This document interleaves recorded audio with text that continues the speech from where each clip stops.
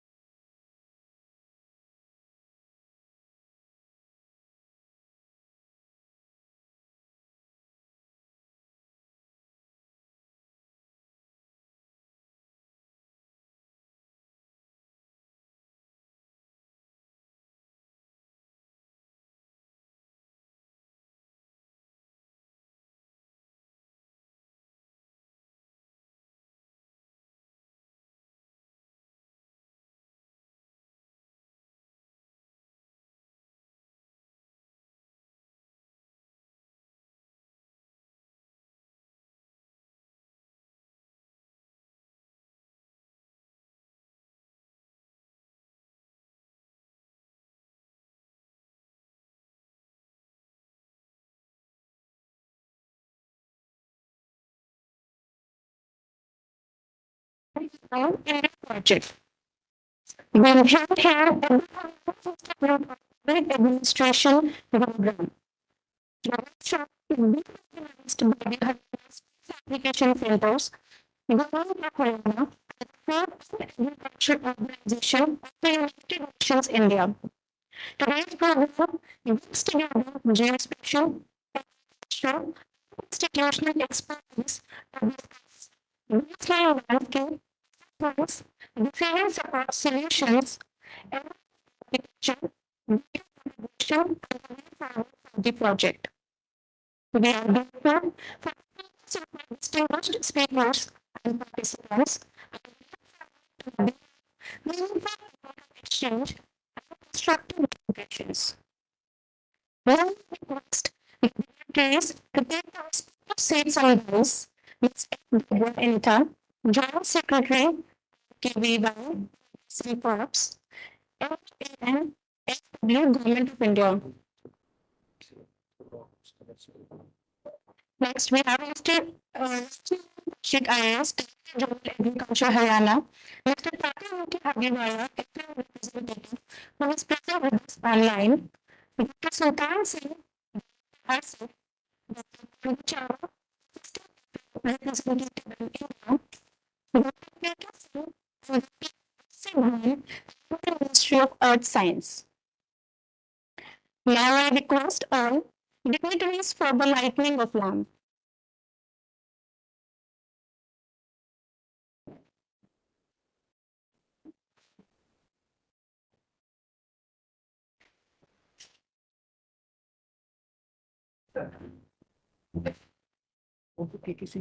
बुलाया मैंने बोला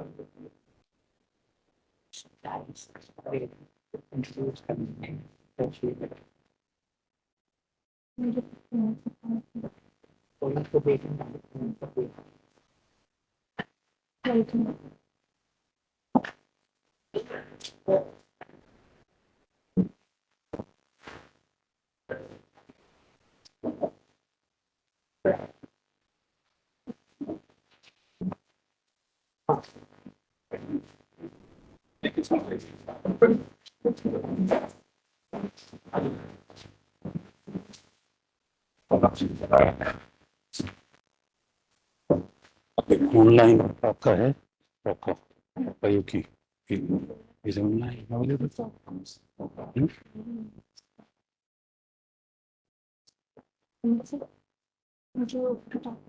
ऑनलाइन देखो देखो डेमो बता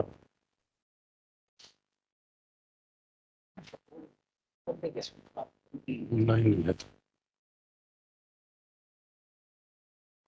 ऑनलाइन सही की हब्दी वाला देखो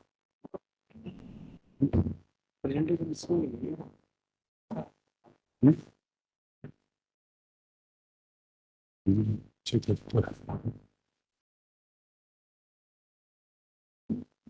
है भी मैं पूछता हूँ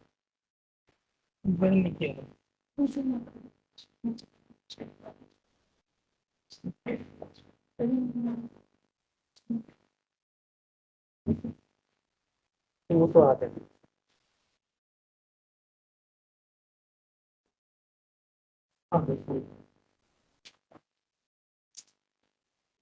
To formally welcome the gathering and set the context for today's deliberations, I have the honor of inviting Dr. Sultan Singh, Director, Haryana Space Application Center. Dr. Singh holds PhD degree in geography. His professional work is closely associated with remote sensing, GIS, geospatial governance, and the application of spatial intelligence to agriculture, land administration, natural resource management, and decision support. His professional interests center on translating geospatial data and digital platforms into practical, evidence-based tools for planning, monitoring, and public governance. Apart from directorship, he is holding CGO position for GMDA, SMDA, and FMDA. With this rich academic and professional background, may I invite Dr. Sultan Singh Sir to deliver the welcome address. Please stand up.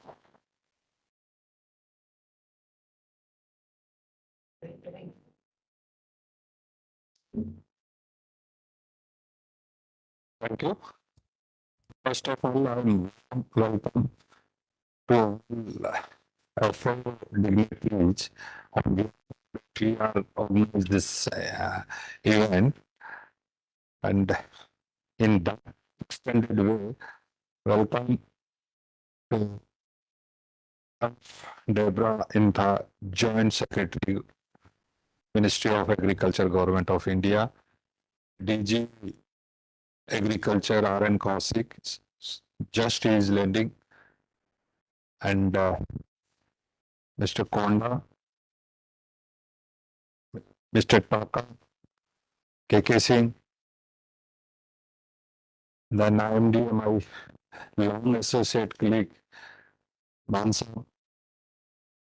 then all other stakeholders from the PSEC, from the URSEC, and some of the industry stakeholders. I welcome to all of here in this Geospatial Intelligence Decision Support System and monitoring, reporting, verifications for sustainable food system under the GEF-7. GEF-7 we initiate almost 1.5 years back with the pledge coordination with the FAO, Dr. Ashok Yadav and their team. So they started for state. Haryana is one of them. In Haryana, we select the 3 tehsils.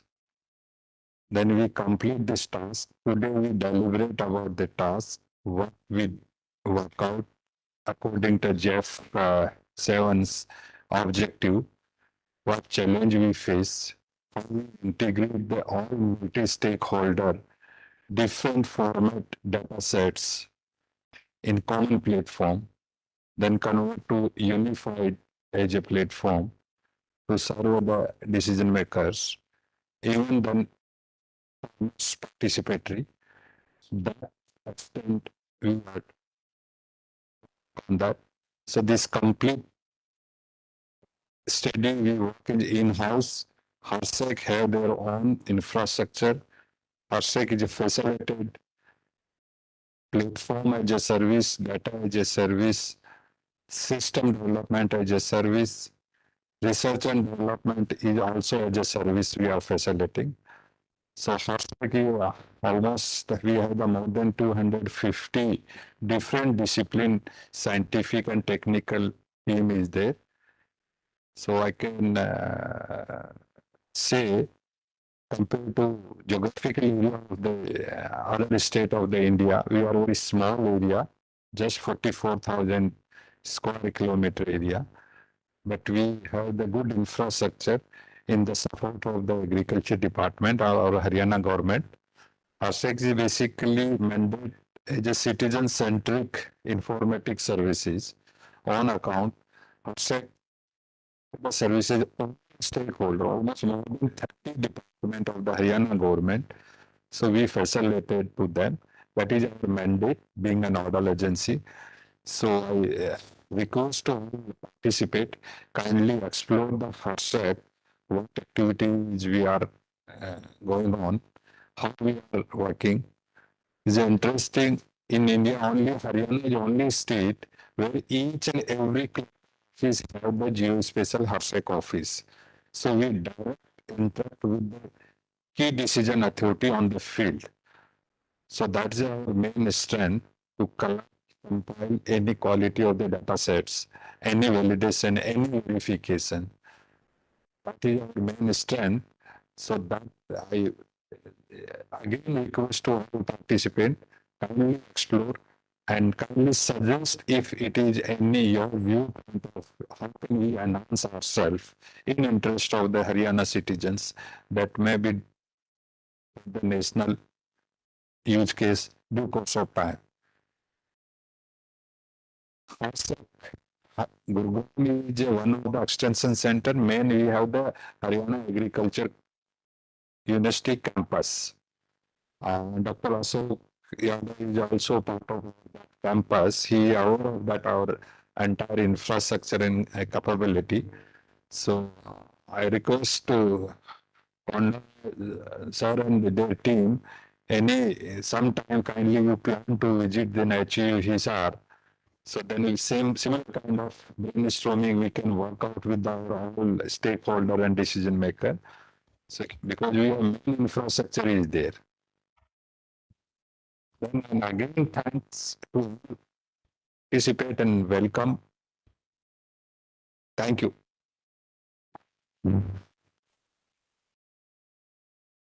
Yes.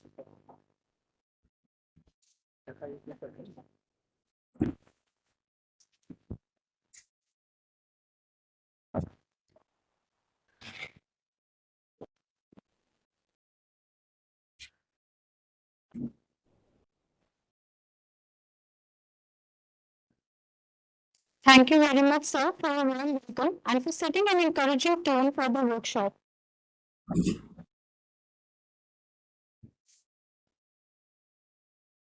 दृष्टि से सहयोग की ओर बढ़ता हुआ GEF-7 कार्यक्रम. We now have the privilege of hearing the opening remarks from Mr. Takayuki Hagiwara, FAO representative in India.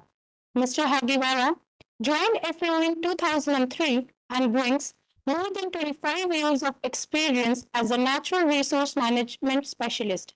Before taking up his present responsibility in India, he served as regional program leader at FAO's regional office for Asia and Pacific and spent 17 years with the FAO Investment Center, contributing to World Bank and IFAD supported programs.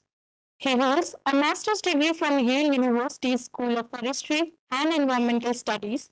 His professional interests include sustainable natural resource management, climate-resilient agri-food systems, rural livelihoods, farmer capacity building, and inclusive system transformation. FAO's partnership and technical leadership are central to the objectives of this workshop and the broader GEF-7 FOLUR India project. May I respectfully invite Mr. Takayuki Hagiwara to share his opening remarks. Very good. Am I audible? Am I audible?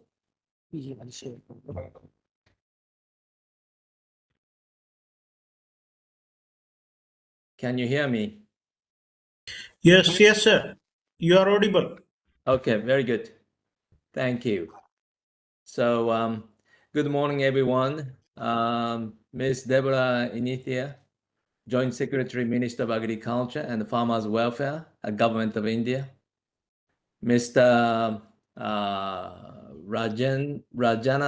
Rajanarayan Kaushik, IAS, Director General Agriculture, Haryana. Dr. Sultan Singh, Director, HASAC, and the distinguished representative from national and state institutions, ICAR institutions, remote sensing centers, research organizations, development partners, technical experts, colleagues from FAO, a very welcome to you all today. I'm very sorry that I may not be able to join you in person today. I have the mover to move my stuff. Actually, by the end of this week, I'll be leaving India and I'm just retiring from the organization. So this speech will be probably my last speech to make before my departure from India. I have been working with an FAO over 23 years and in this development field more than 30 years. I visited HASAC 2 years ago or so, and I was so impressed by the other capacity that a HASAC has.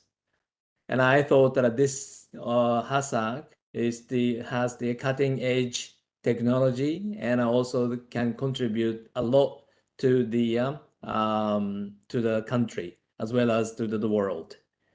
Under this GEF-7 FOLUR project, we are dealing with the rice and wheat issues. As you know, that the rice production is a bit of the problem because of a lot of the water consumption and also the methane emissions from the paddy. With that, under this project, the baseline assessment was done with the HASAC. We produced web map services and dashboard. And then we also work with the Punjab Remote Center, Orissa Space Application Center, and then also in Chhattisgarh. Now, we saw the capacity of a HASAC is very prominent and a cutting edge.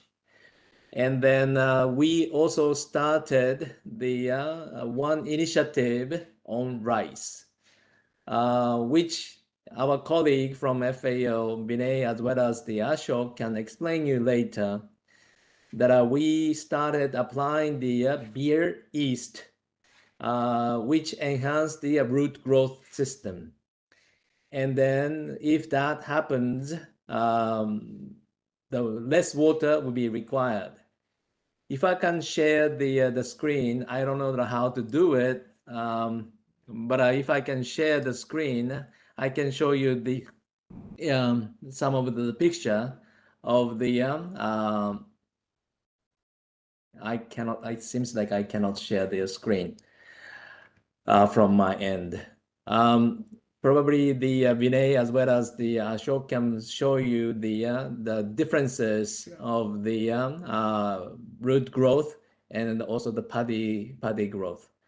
With that, the farmer would use less water, and also because of the alternate wet and dry will be the de facto standard with the direct seeding rice SDR, so that you will be observing the less emission of the greenhouse gases from the paddy. I believe that the HASAC has the capacities to monitor the consumption of the water as well as the emission of the greenhouse gases with its technology. Also, the HASAC has so many other cutting edge, and I believe the AI, with an AI capacity in the future, we will be achieving a lot of the new technology and new applications to monitor the greenhouse gases and then the water consumption.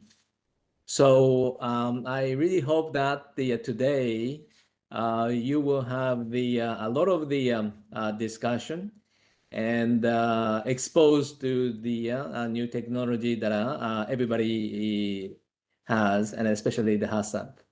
And on behalf of FAO, again, I appreciate the Government of India, Ministry of Agriculture and Farmers Welfare, and the 4 states, Haryana, Punjab, Chhattisgarh, and then Orissa, and to promote the sustainable regenerative rice and wheat production so that we can do well in the future. Again, this will be probably my last speech to make in India as an FAO representative. I'm very sorry that I would not be able to participate this event in person. I wish a successful event, and then our colleague from FAO will be able to follow up with you. And thank you very much, and then all the best. Over to you, the organizer.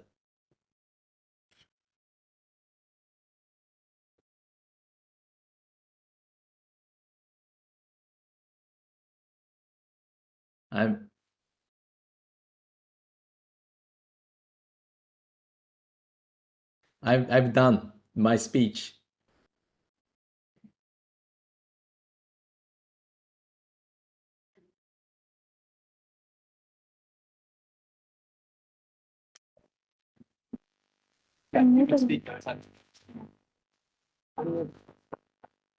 Thank you, sir, for your thoughtful remarks and for highlighting the importance of collaboration in advancing sustainable food systems.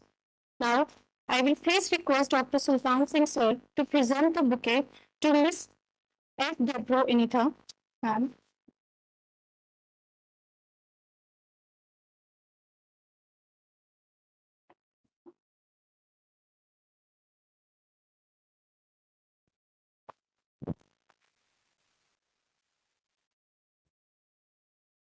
I would request Dr. Sultan, sir, to present the bouquet to Mr. Raj Narayan Kaushik, sir.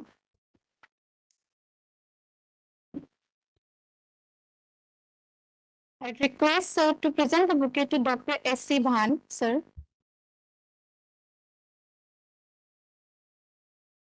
I request Dr. Konda Chava, sir,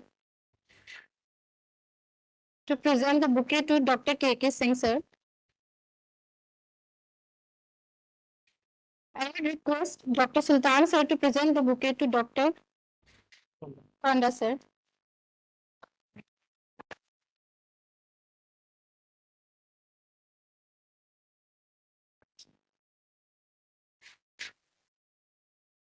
Technology in vision, governance in action. It is now my honor to invite Mr. Raj Narayan Kaushik, IAS, Director General Agriculture, Haryana, to deliver the special remarks. Mr. Kaushik is a 2010 batch Indian Administrative Service Officer of the Haryana cadre and holds an MPhil degree.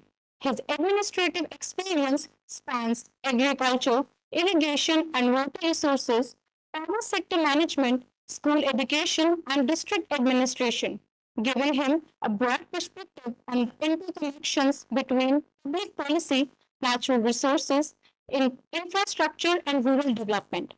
His professional purpose includes farmer-centric program implementation, crop diversification, water conservation, technology-enabled agricultural governance, and effective delivery of agricultural schemes.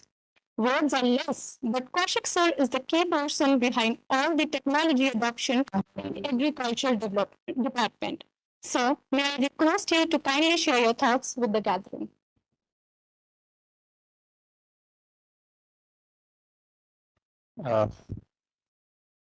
Ma'am Devra Initha ji, Mr. Taka, Mr. Chhava, Mr. KP Singh, Sultan Singh ji, Mr. Bhan, and all the dear participants. I was trained in this room actually. And I think I have come back to this room after about 14 or so years. So in year 2012, I was sitting here as a student during my training times. So it's good to be back. This GEF-FOLUR program, this is related to the rice and wheat cycle. But why and how we reached here? So that's an important question. During the 1960s, in the beginning of the 1960s, we had food grain problems in our country, and that's how this whole concept of Food Corporation of India, Minimum Support Price, Commission on Agriculture Cost and Prices, this whole structural changes happened during that time. The purpose of this structure was the food grain security. And just like everything that is good over a period of time, it turns bad, we have reached here.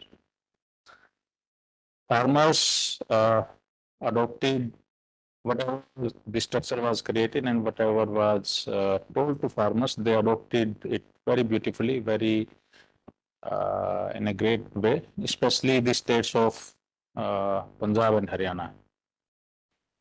Their productivity increased significantly. They adopted new varieties. The presence of mandis in both of these states helped in the selling of their produce, and the assurance by the state. When I say state, it's the country, by the government of India, that they will be buying whatever wheat and paddy is produced in these states at MSP. So this all helped in not just increasing the productivity, but also increasing the land area under cultivation under these two crops. Again, the country and the state itself, they promoted and they propagated heavy use of fertilizers. They subsidized fertilizers. All of this was targeted towards the food security. Now we have reached at that stage where food security is not that big a problem, but this overproduction by the usage of insecticide, pesticides, fertilizers, this is creating more problem than the other problems. The question that arises now is whether farmers are ready to adopt this thing that we as a government, that the government wants them to do. Earlier, farmers could adopt those practices because their financial were increasing by the adoption of those practices. They are getting more income in their hands. They are getting more resources in their hands. But same things, if we try to arrest that development and tries to go into another direction, then again, the farmers would be willing to adopt, but only if it doesn't at least hit their financially, it doesn't hit their resources. So this program that is being run in these 4 states, along with this breaking the cycle of rice and wheat, we also need to look at the economy and the financial of whatever the other alternative that we are trying to propagate, and whether there might be good financial, but whether that is with the risk or that is without the risk. If the financial on the alternatives are good, but it involves perhaps risk, and there is no guarantee, like in wheat and paddy, the farmers in these states, they can do this farming just sleeping. They don't have to put any effort. It's in their blood. They know everything. There is huge mechanization also involved in these two systems. Whether we have that kind of mechanization in other systems, and whether farmer would have to put in much more efforts, and even after putting so much of efforts, whether the farmer would get an assured return. Those are the questions that we need to answer while we try to break this cycle of paddy and wheat. It's not saying that we should not break this, but the farmer is an important stakeholder in this step. And we need to look at the farmer and make sure that farmer does not take a hit by this priority. So my request is that in this project we look at all these aspects, and we had meeting on this project few days back with Mr. Chawai at a meeting, and they are looking at it from this angle also, from this perspective also, and hopefully by the help of the HRSEC and all the technologies and the presence of the manpower on the ground, we will be able to find out a sustainable and holistic solution to the problems that are we are having today here. Thank you. Thank you very much.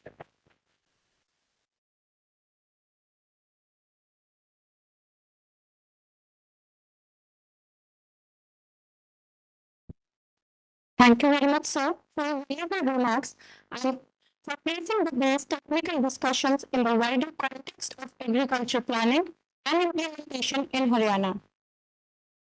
जब तकनीक नीति से जुड़ती है, तब बदलाव की राह बनती है.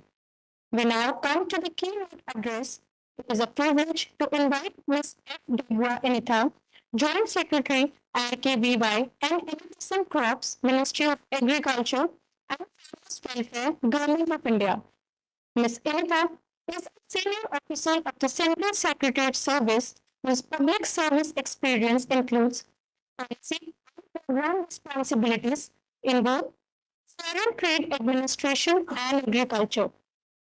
In her present role, her portfolio is closely connected with national crop programs, IKVY, NFSM, policy coordination, program convergence, and implementation across states. Her professional focus includes strengthening crop productivity, improving the delivery of centrally supported agricultural programs, promoting coordinated implementation, and supporting resilient, farmer-oriented agricultural development. Ma'am, may I request you to kindly deliver the keynote address?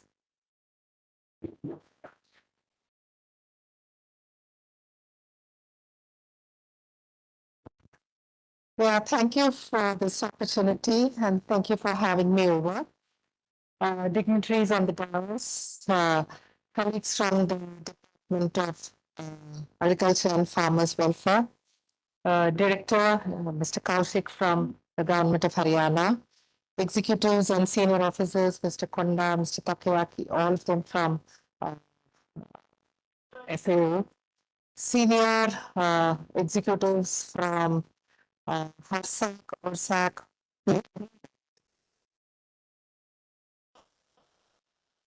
PRAC, and organizations are present here. Dr. Sultan, who welcomed all of us, and Mr. Dr. K.K. Singh and S.K. Ban, and all the other specialists and the authorities from various organizations who are present here. Good morning to all of you. It is wonderful to be here with you today. I'm a bureaucrat.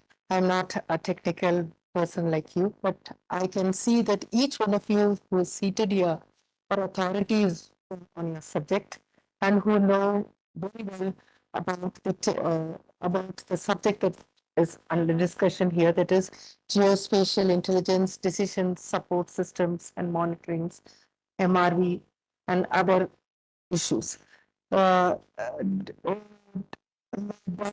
Kaushik set the tone for the day today by giving an overall picture of how the agriculture sector is today and what is needed, and how this GEF-7 project is a good answer to those challenges. So we are having a very good project in our hand. We're having a very good program in your hand, led by excellent people from FAO. But we need to take this forward. And one of the avenues that FAO and the other stakeholders have found is just to leverage on the digital advantage that we have. India is one of the countries where digitally, we are much ahead. So why not leverage all of it in agriculture and also converge it in this project? So I think that is the spirit behind this workshop here. And I'm sure that the inputs that all of you provide today, the consultations that happen today, will definitely help in taking this project forward. See, I'm pleased to be present in Champion, Haryana, because it is difficult to not reflect on Haryana's enduring contribution to India's agriculture. I would like to also pointed out how the Green Revolution meant so much at that point of time to our country. So this state has been in the forefront of the Green Revolution and is a major contribution of our nation's rise in wheat production. Haryana has demonstrated the science-led agriculture, and Haryana has demonstrated, and this is an appropriate setting. And this place that we are here, I think, is the most appropriate setting for discussion and science and digital systems, sustainable food systems, and landscape approaches. So I'm very happy to be here, and I think the setting, everything is perfect. So the complexity that this subject involves, landscape challenges, right weight systems, and digital infrastructure and geospatial intelligence. It's very complex. It looks, how do we put this all together? So this workshop is all about that. This workshop has been done so far to scrutinize that and then to take this forward using other tools. Now, strategic cooperation among agriculture departments, scientific institutions, plus has always helped. So here also that collaboration is looked forward to while implementing this project and taking it forward. Now, talking about the GEF-7 FOLUR India project, which is particularly relevant at this critical juncture as we work simultaneously to strengthen food security, enhance farmers' resilience, and safeguard natural resources. We all know the project intends to reduce land degradation, reduce biodiversity loss, and greenhouse gas emissions while improving the environmental sustainability of the rice wheat systems that we have. It enhances enhancing farmers' resilience, increasing access to safe and healthy food, closely aligning with the government of India's broad vision of productive, profitable, and environmentally sustainable agriculture. So this project, is closely aligned with our vision, and that is why we are standing by this project.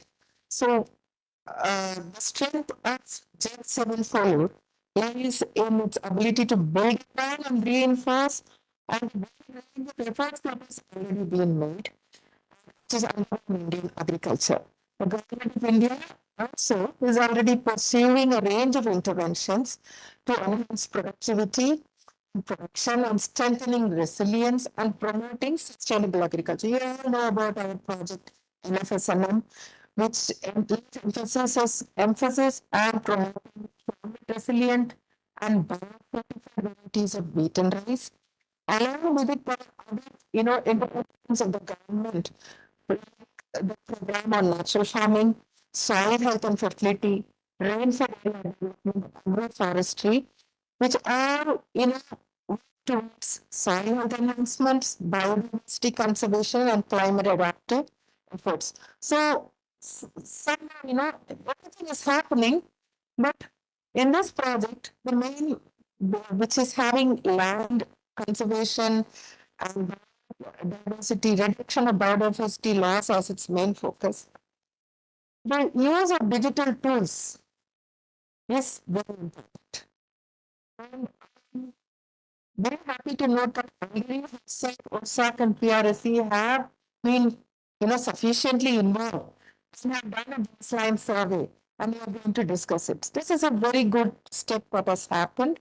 So with that in the background, leveraging on other digital tools will definitely help. Now, I also say this effort, I also want to point out that the government of India is also making very significant investments in building a robust digital agriculture ecosystem to support evidence-based planning and delivery services and action-based monitoring. So this is what government of India is also doing. Developing a digital ecosystem, supporting evidence-based planning, targeting service delivery and which is targeted service delivery and based monitoring. So I think this program, whatever you discuss, will also focus on that. So government has its own digital tools, AgriStack, Krishi DSS. I think you'll also be discussing about it. My advice would be to work closely with our digital agriculture department. When we do anything digitally, digital data and digital governance or governance is involved. When digital data is involved, other issues like privacy and use of the data is involved. So my advice would be that you take all your requirements after your discussion with and if you want to leverage on the government of India's tools, I would like you to have intensive discussions with our digital agriculture team, explore these tools and take it forward as per procedures laid down. And one of the strengths of the FOLUR initiative is, is to leverage on these diverse digital agriculture initiatives and use them uh, in what it is doing. It is, I feel that each of the state has its own tools also. That is how you have all come from this various departments with your own tools and your own experiences. So when we put them all together and discuss, probably will come out with an effective solution. And I'm sure today's workshop will move in that direction.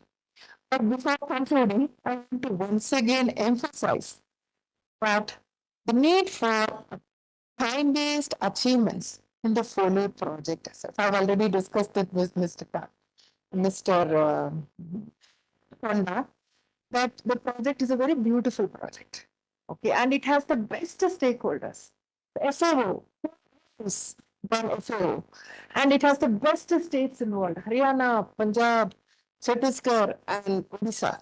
But some the timelines are not being met, and the states must ensure that the executive delays are immediately addressed. The officers from state who are present here request you to kindly note that. And all on-field implementation targets are missed. The project must accelerate both physical project and the corresponding budget utilization to meet its objective, and strengthen the convergence and address all the challenges in taking this forward. If you see the project's various interventions, they're amazing. Okay, I was discussing this with my officers yesterday, and all the interventions are excellent. Okay, but seeded rice, alternate wetting and drying, line sowing, in situ. What more is the need of the hour? All the interventions that are required in the sector are addressed in the project. My only request to the officers and the executives present here is to kindly take it forward as it was planned so that the vision is achieved.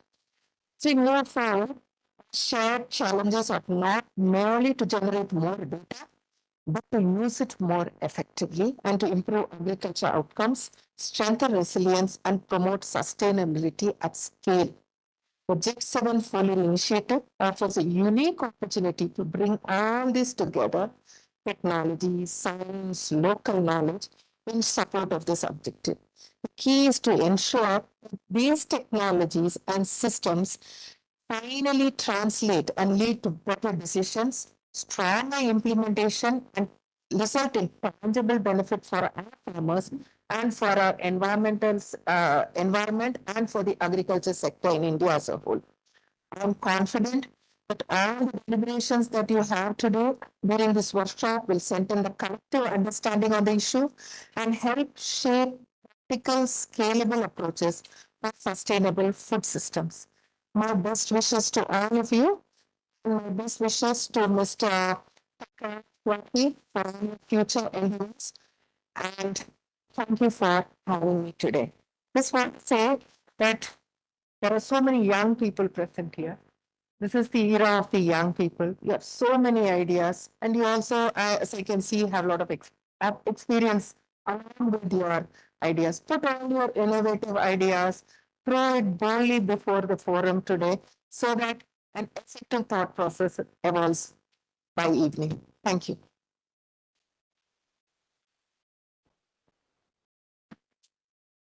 Thank you very much, ma'am, for the insightful keynote address and for sharing a national level perspective on the role of data, technology, and coordinated action in strengthening sustainable agriculture systems. नीति से उद्देश्य की ओर और बात उस व्यापक लक्ष्य की जिसने हम सभी को एक साझा मंच पर जोड़ा है. To provide a broader perspective on FAO's engagement in sustainable agriculture, food systems, and climate resilient development, I now invite Dr. Konda Chava, Assistant FAO Representative, FAO India, Dr. Chava brings extensive experience in agricultural, rural livelihoods, natural resource management, climate change adaptation, nutrition, and participatory development approaches. He has been associated with the design and implementation of programs that translate policy and technical knowledge into practical community-based solutions, including initiatives related to climate resilient agriculture and sustainable resource management. So, may I request you to kindly share your perspective on the GEF-7 FOLUR project, its relevance to sustainable food systems, and the role of collaborative and technology-driven approaches in achieving the project objectives.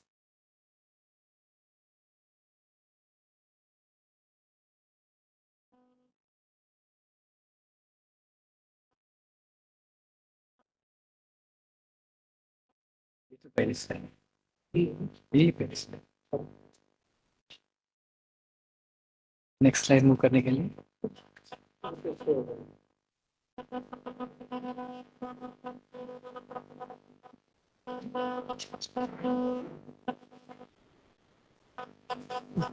Next slide move करने के लिए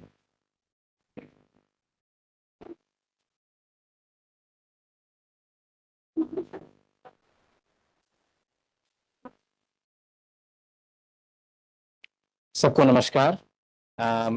Distinguished ladies and gentlemen, a warm welcome to you all.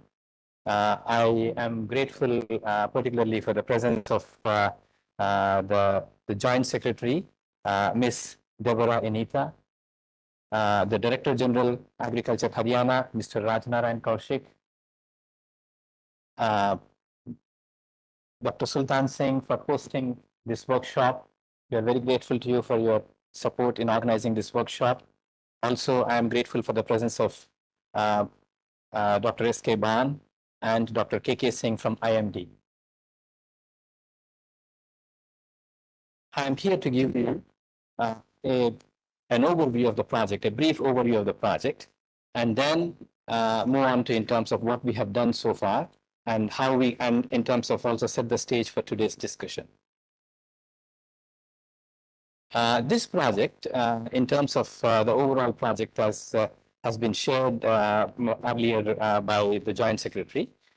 This is about transforming rice feed systems and through the yes, very good, thank you. Transforming rice feed systems, particularly in terms of in Punjab, Haryana, Chhattisgarh, and Odisha. And in Chhattisgarh and Odisha, is particularly in terms of the transforming the rice systems and classification. As has been both Mr. Rajnarayan Kaushik and Madam Deborah Anita have set the tone for the workshop. I really appreciate them for their remarks. And also, as has been shared earlier, this is an excellent setting for this workshop, given the excellent work that HARSAC has been doing in collaboration with FAO. We are really grateful for this partnership, and also we are also grateful for the partnership with ORSAC, also with the PRSC, and also the state of Chhattisgarh in terms of how we can take things forward.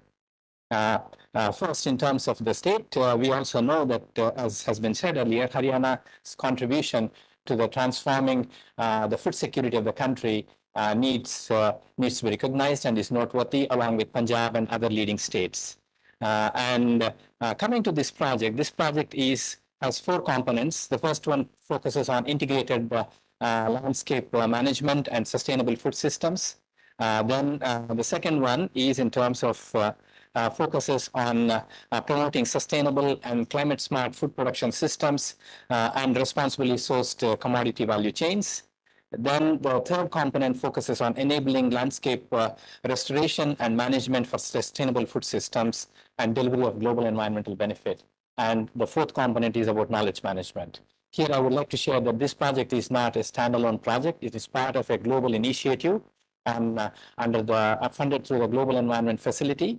And it is part of the Food Systems and Land Use Restoration Program, in which over 20 countries are participating in this project.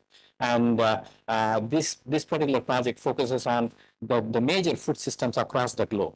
And that's why this particular platform where we can demonstrate the learning from India, not only for for us to be able to share with other states within the country, but also to be able to share the learning at a global level. The project looks not only about transforming practices at the farm level, but also in terms of how we could transform these practices in terms of overall the landscape level. So it adopts a landscape approach wherein it looks at integrated landscape planning to help address the issues more at a systemic level and addressing and supporting the farmers through an integrated landscape management, which involves not only providing overall technical support, but also in terms of the policy and incentive mechanisms. In terms of the partners, we are working, as I've said, in these 4 states, Punjab, Haryana, Chhattisgarh, and Odisha. Also, we are, in terms of the technical partners, we have been collaborating with here in Haryana with HARSAC. Apart from that, also with the Central Soil Salinity Research Institute, Karnal, the Indian Institute of Maize Research, Ludhiana, and the Haryana Agricultural University. In Odisha, we have been collaborating with the Central Rice Research Institute, Cuttack.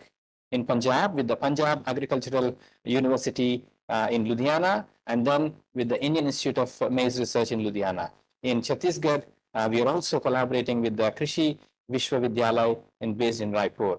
Apart from that, we are also collaborating with the state remote sensing agencies in Haryana, Odisha, and Punjab, and with civil society organizations in Haryana and Punjab with KT Virasat Mission, and in Chhattisgarh with Pradhan.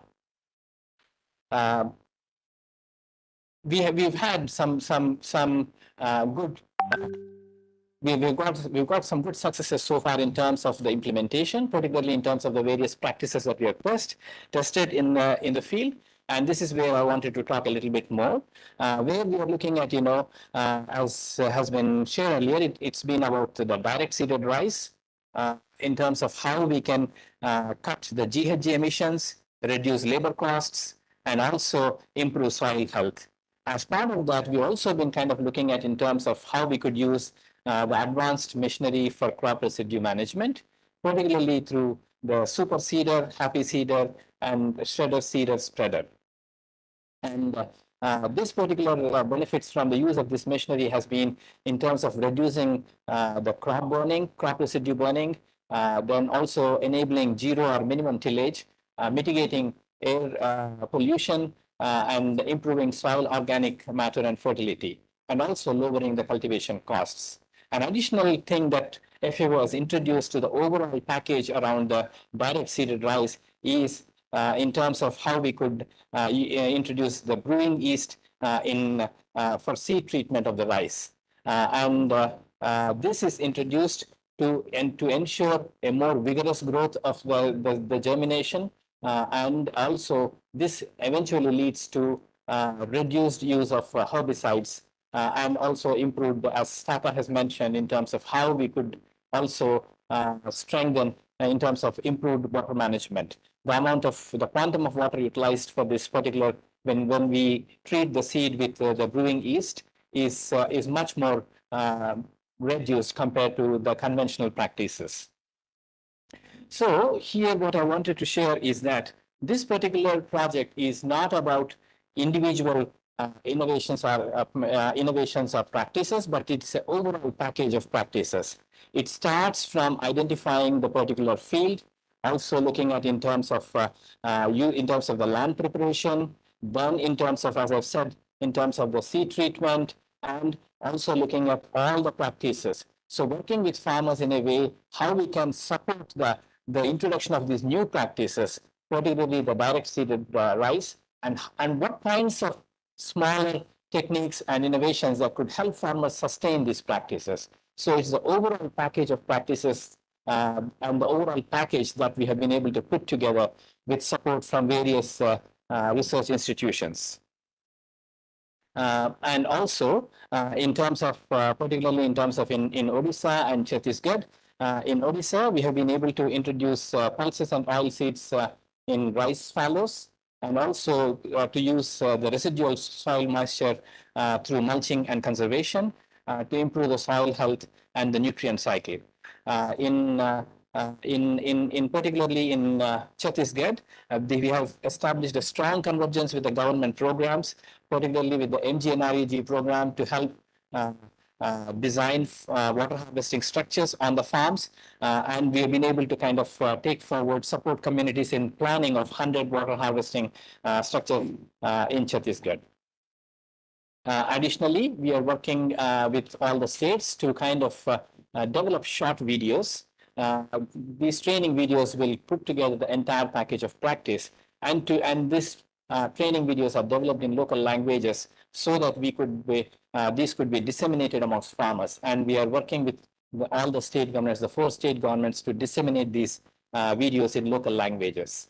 So in terms of practices and innovations, as I've said, it is in terms of how we are able to put together an entire package and move forward so that we can support farmers, not only on field, but also overall landscape management. Some of the key lessons learned include in terms of how we can support farmers. Adoption is not a straightforward process. It requires supports where we are drawing support from existing government schemes, also looking at various financing mechanisms to de-risk the transition to new technologies for smallholders, and engagement of various technologies and tools, field demonstrations, and targeted inclusionary approaches where we are looking at how we can engage both women and youth, and also to take things forward.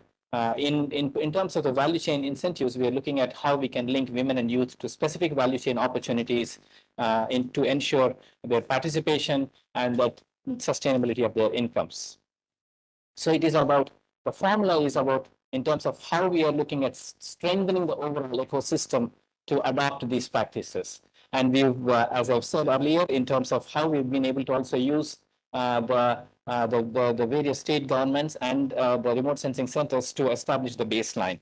And coming to the context of this particular workshop, here today, we are looking at where we'll be presenting the geospatial baseline assessment findings and share experiences and lessons on applying geospatial intelligence for sustainable agriculture and integrated landscape management. And then discuss India's digital agricultural initiatives, including Haryana's GeoStack, AgriStack, and Krishi DSS, and explore opportunities for convergence and collaboration. We also will be seeking your inputs, the stakeholders' inputs on the proposed priorities of the project's decision support system, while building on and complementing the existing government initiatives. And so we look forward to gathering various technical perspectives on the proposed design and implementation of the MRV mechanism, that is the monitoring of the measurement, reporting, and verification mechanism. We really appreciate all your participation today and look forward to enriching discussions and deliberations. Thank you very much. Thank you.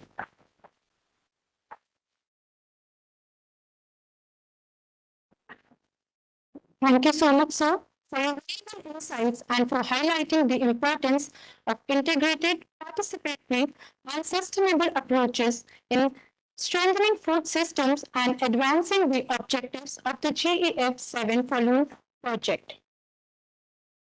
Every landscape tells a story. Geospatial intelligence helps us read it. Ladies and gentlemen, with this, we conclude the inaugural session and move to the session 2, presentation by project states. This session will present the findings of the geospatial baseline landscape assessments from Haryana, Punjab, and Odisha, providing an important evidence base for the discussion that follows. There's a request that each state has been allotted 5 minutes for the presentation, so please keep it concise and technical. We begin with Haryana. May I invite the representative of Haryana Space Application Center, HASAP, to present the findings of the geospatial baseline landscape assessment from the project state of Haryana.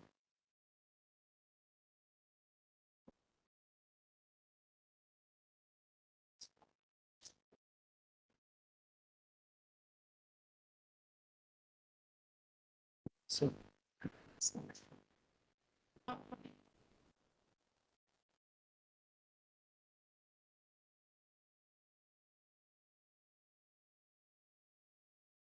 900.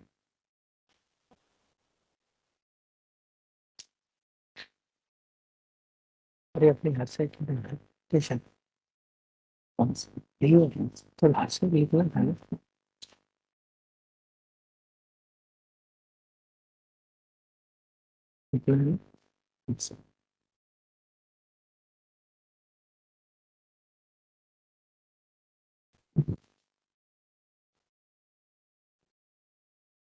So, good morning to all. Please introduced at Haryana Space Application Center. So, welcome to the session. So, we have some between HARSA for doing impact. So, this impact is facility for which is implemented by FOLUR. So, there are some areas as the baseline assessment. We have the study. We have so administrative buildings, networks, and complement scrap gas wasteland, also mixture, soil erosion,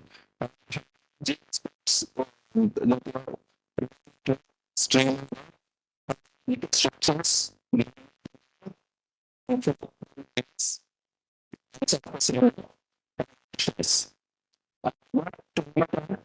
G-boring. So we have some in each the districts. Districts we have sector district district. So we have in-house assessments. So coming to I'm skipping the material. So coming to results, this is the administrative village level data as baseline infrastructure and we have three levels of classification. First one is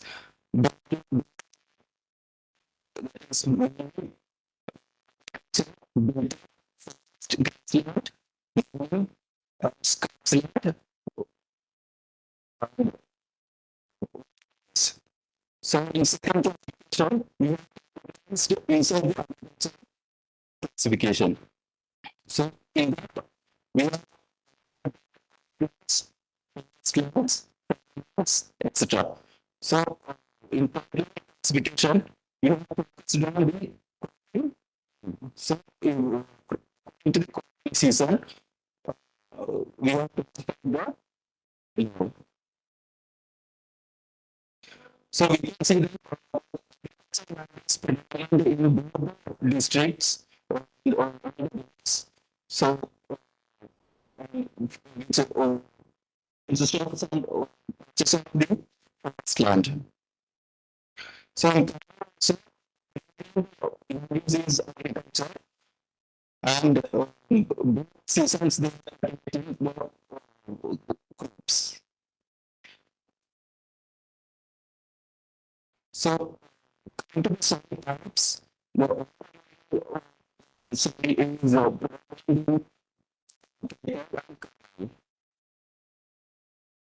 so soil texture, sand is more in the district of silt is more in the second silt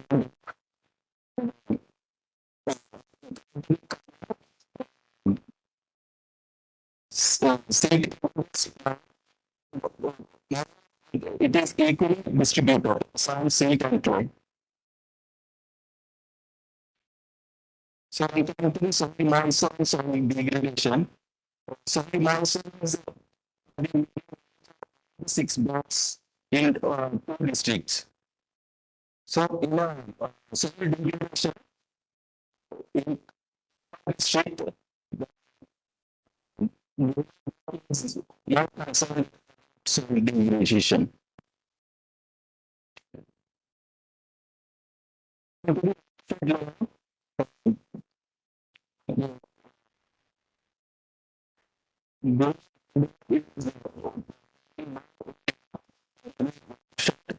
In Kannur district,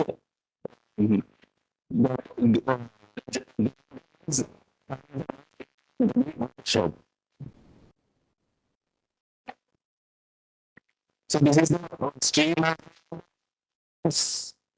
Uh, so in this stream district, Kannur, it is in Goa. So this is the main concern. So the blocks in blocks in district, we are seeing that the is becoming in 2 blocks. In Kannur also,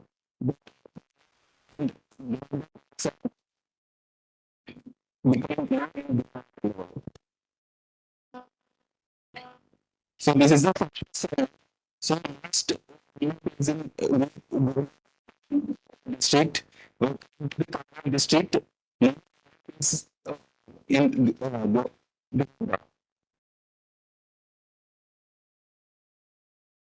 so this is the in districts. So we can see that so and Sivan. In Kannada, it is it is nearly so crops GBM. So we have some dynamic crops GBM into the years.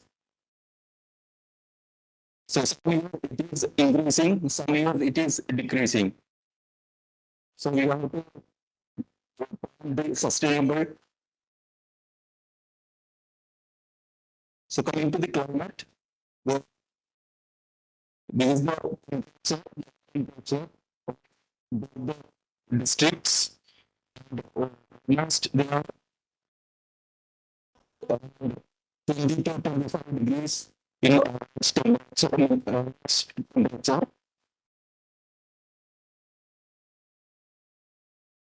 And this is the so districts we can see that Gujarat is in district the India is receiving more rainfall. So you are for seeing these layers, so we can access the dashboard.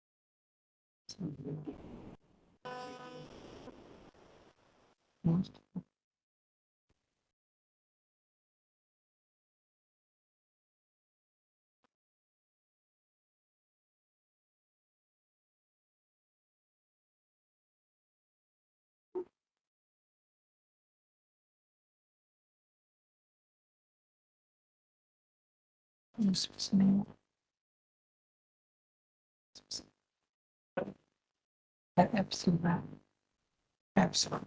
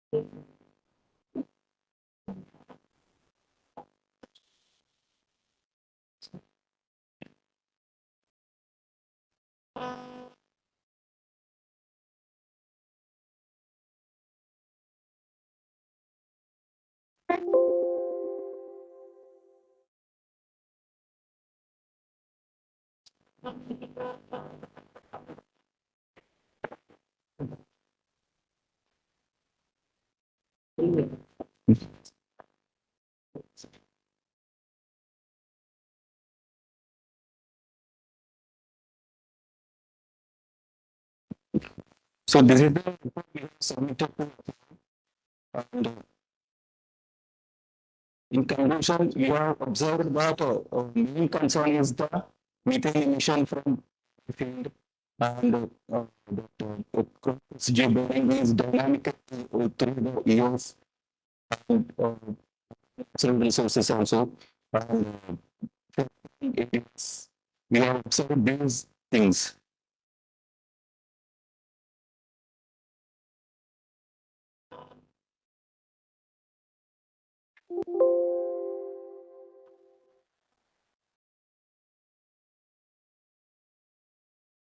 So we have prepared the baseline data, and we have published that the DMS dashboard. We can use that for decision support and we can plan the sustainable management for the better production.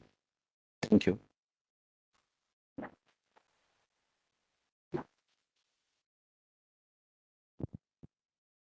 Thank you so much, sir, for presenting the Havana landscape assessment and the key geospatial findings.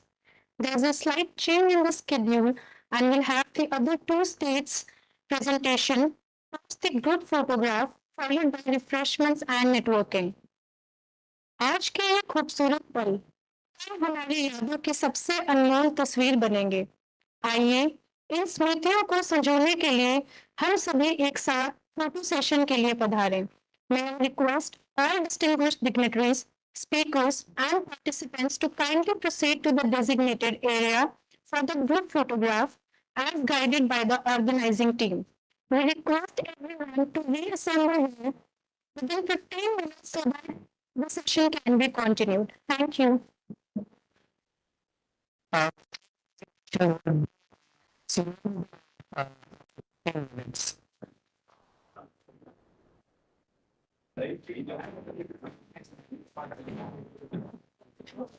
क्या बोल रहे हैं?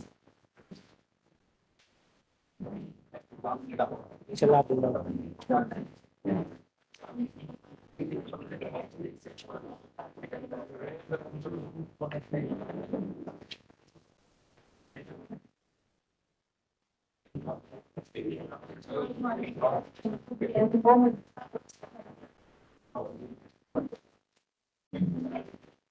भैया video stop कर दिया सब चल इसका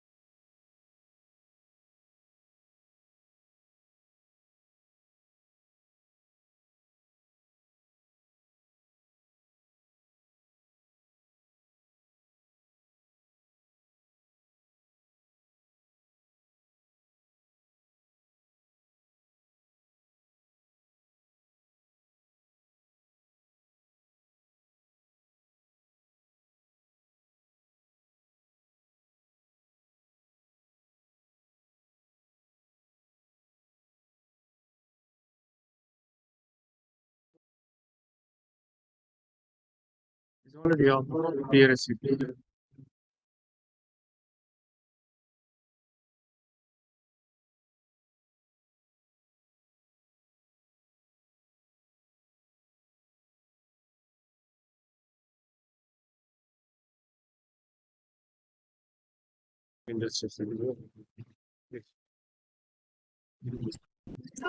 Ladies and gentlemen,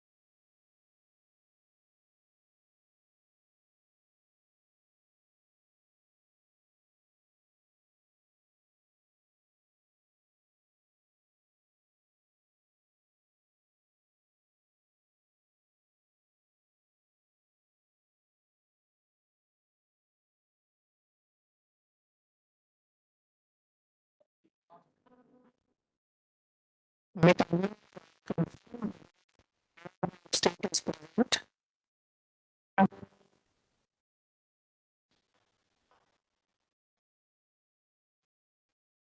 Okay, so that's right. And I think so presentation, yeah, presentation we can show the presentation and recording to saved.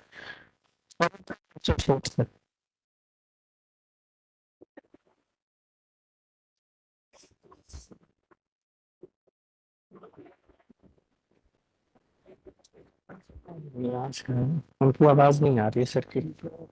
Hello. हाँ सर। हाँ जी, हाँ जी, good morning. Good morning sir, good morning. Should I start? Yes sir please. Sir screen पे अपनी presentation दिख रही है, प्रेजेंटेशन देंगे। सीधी सर। हाँ जी, हाँ जी। सर आपकी आवाज क्लियर नहीं है।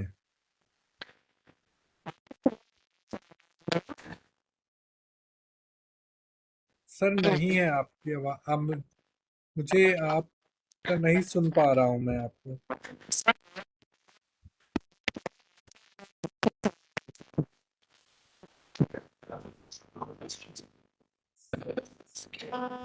सर पहले मैडम की आवाज तो आती थी, आपकी आवाज कुछ नहीं आ रही है।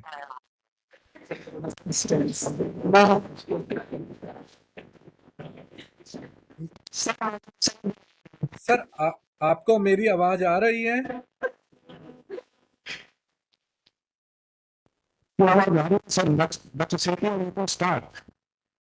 Okay. Thank you. You can just, I will share my screen, just you remove this PDF. You remove PDF.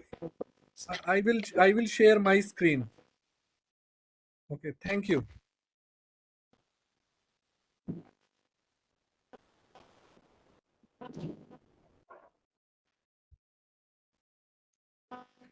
Good afternoon, everyone.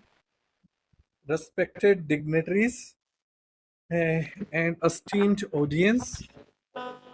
Myself, Dr. Setia, I'm a scientist at Punjab Remote Sensing Center. When this project was executed, this project was about baseline assessment of landscape of the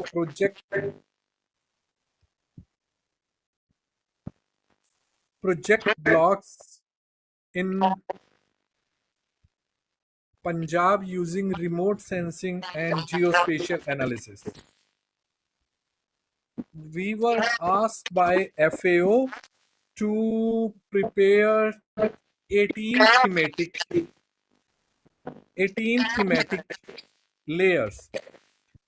These layers were base map, land use, land cover, river and canal network, ponds, agroforestry, land degradation, crop type, crop yield, locations of crop residue burning, burning area, soil properties, soil moisture, erosion, groundwater level, and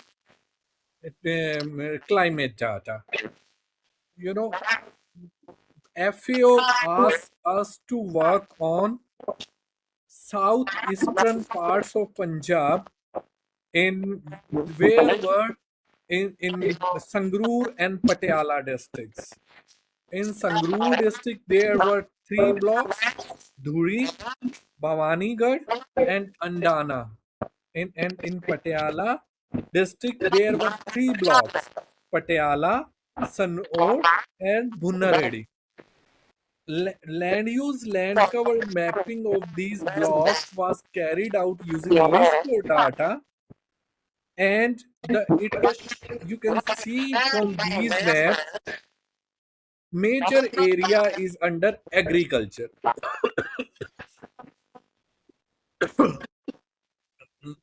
and there were forest areas were also there in Sanor and Patiala blocks.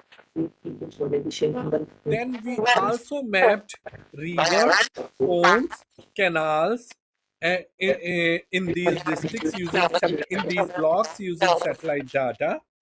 And all of you know that in 2025 there were much flooding in Punjab. And you can see here in Patiala, Sanor, Bhunnaredi and Bhavanigarh, there were too much flooding was observed from the satellite data. And in these 6 blocks, you can see the groundwater level is declining.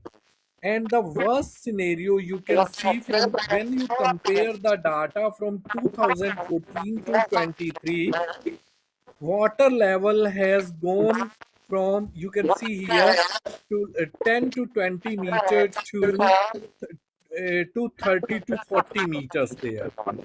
And the monthly rainfall, total monthly rainfall from, you can see, 2014 to 23, it has not been improved much. There is lesser rainfall in these blocks. Then we also found that there are wastelands in these blocks, but the land degradation was higher due to erosion. And erosion, among different categories of erosion, sheet erosion, we found stabilized dunes and partially stabilized dunes as well. And being a plain area of these blocks, soil erosion was varied from 2 to 4 to 8 to 10 per hectare per year. And there were few pockets of agroforestry were also observed in these blocks. Then we also carried out the crop type mapping in these blocks. During Rabi season, you can see most of the crops were wheat and there were few pockets of mustard and fodders were also observed during Rabi season. And during Kharif season, major crops was paddy, but there were also fodder was there. And during Jair season, there were maize grain was growing, maize fodder was there, and more and selected pockets of fodders were there. When because then after crop cycle was studied, then sowing and harvesting pattern of paddy and wheat in these blocks was also studied. Sowing of wheat, major sowing was occurred between 1st to 10 December, and paddy was mainly sown between 17th June to 17th June to July 10, and harvesting window of wheat was mainly 11th May to between 11th and 21st May, and paddy in Patiala was mainly harvested between 18 to 31st October, but in Sangrur it was mainly harvested between 11th and 30th of November. Then over the period of 5 years, we also studied the variation in crop yield that was taken from the crop cutting experiments. And this is the pattern of paddy residue burning and wheat residue burning was there. Over the time period, you can see here from 2021, paddy residue burning has substantially decreased during after Kharif season. And and there were variations in wheat residue burning. It was not consistent over the years. Come to the soil part. Yeah, because organic carbon of the soil was mainly in medium range and phosphorus was mainly medium to high range. And if there were deficiency of available sulfur was available, potassium was also observed in the Patiala blocks. And regarding the among the micronutrients, mainly deficiency of manganese was observed in all the blocks, and available iron was mainly deficient in the Bhavanigarh block, Bhunnaredi block, sorry. And then we also studied the satellite derived soil moisture from 2001 to 21 to 23. You can see here from January to December, their soil moisture was lesser mainly in Andana block when we compared with the Bhavani and Duri block in Sangrur district. And there was no much variation in soil moisture from January to December among the three blocks of Patiala districts. And regarding variations in temperature, the statistical test showed that there was no much variations in temperature over a period of 10 years during in these three blocks, but the variation in rainfall was observed in Andana and Bhavanigarh blocks in Sangrur district, and on all the three blocks, Bhunnaredi, Patiala and Sanor blocks of the Patiala districts. So what we learned is regarding the sustainable agricultural point of view, wheat dominated the Rabi season, which covered up between 86 and 93% of cropped area, and paddy dominated the Kharif season, which dominated 95 to 99% of the area of 6 blocks. Paddy residue burning declined substantially since 2021, but no consistent trends were found in wheat. And wheat burning was generally lower than paddy burning, but also it didn't show a consistent trend. Soil moisture was lowest during March and April and highest during June to August. And among the different blocks of Sangrur district, soil moisture was higher in Bhavanigarh and Patiala block in Patiala district.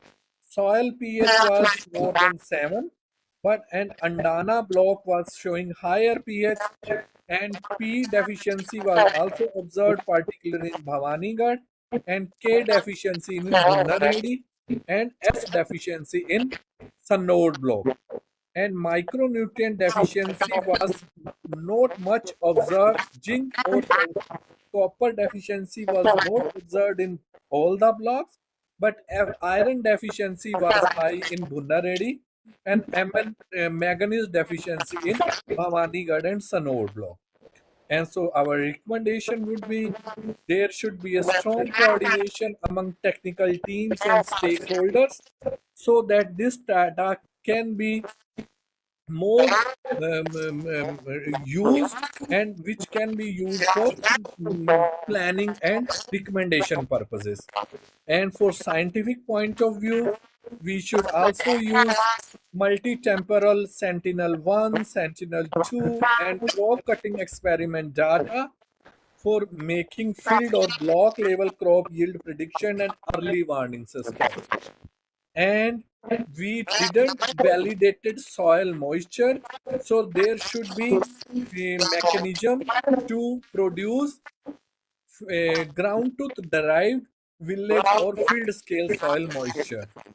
And finally, individual the thematic layers which has been derived in this project: soil degradation, erosion, groundwater, crop, residue burning, climate data, flooding, they should also be integrated so that a scientifically weighted landscape vulnerability and resilient index should be used so that priority villages can be identified. No doubt, 18 thematic outputs were created in this one. So this is the baseline data has been prepared. It should be followed by validated monitoring, predictive modeling, and finally decision support system. So finally, we thank FAO for providing funds to carry out this study. Thank you very much.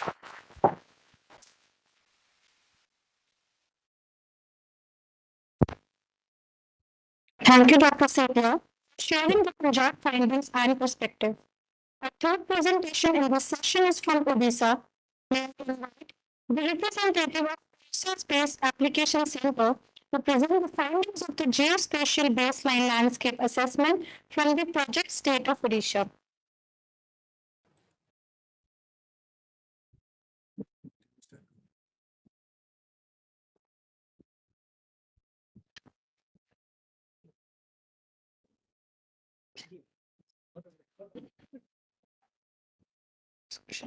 Share हो गया होगा Good morning, everybody. Am I audible?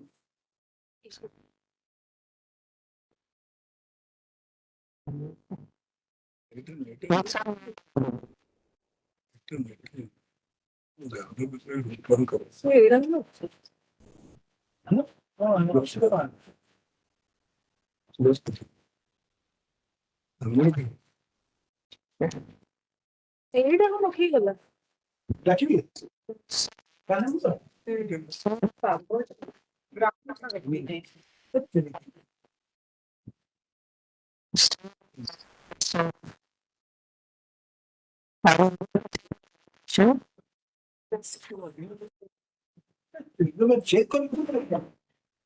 आवाज नहीं सुनते ରଖିଛ ଟିକେ ଜଲ୍ଦି ଆସ ନା ତମେ ସେଟା ରଖିନ तो फिर हम इसका they can share.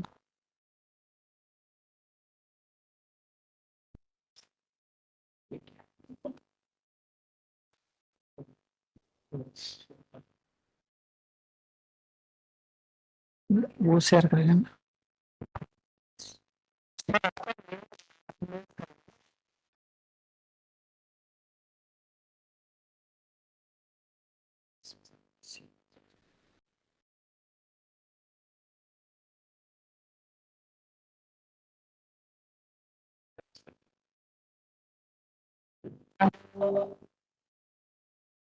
I request say you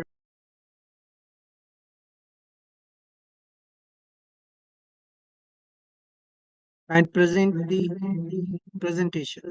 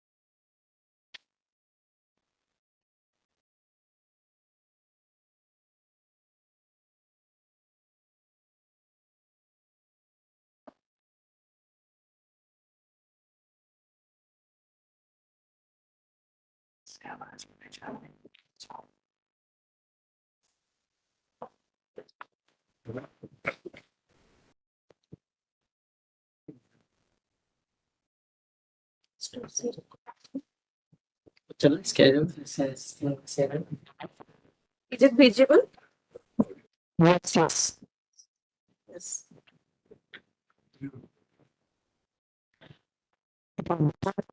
Am I audible? Am I audible? Yes, sir.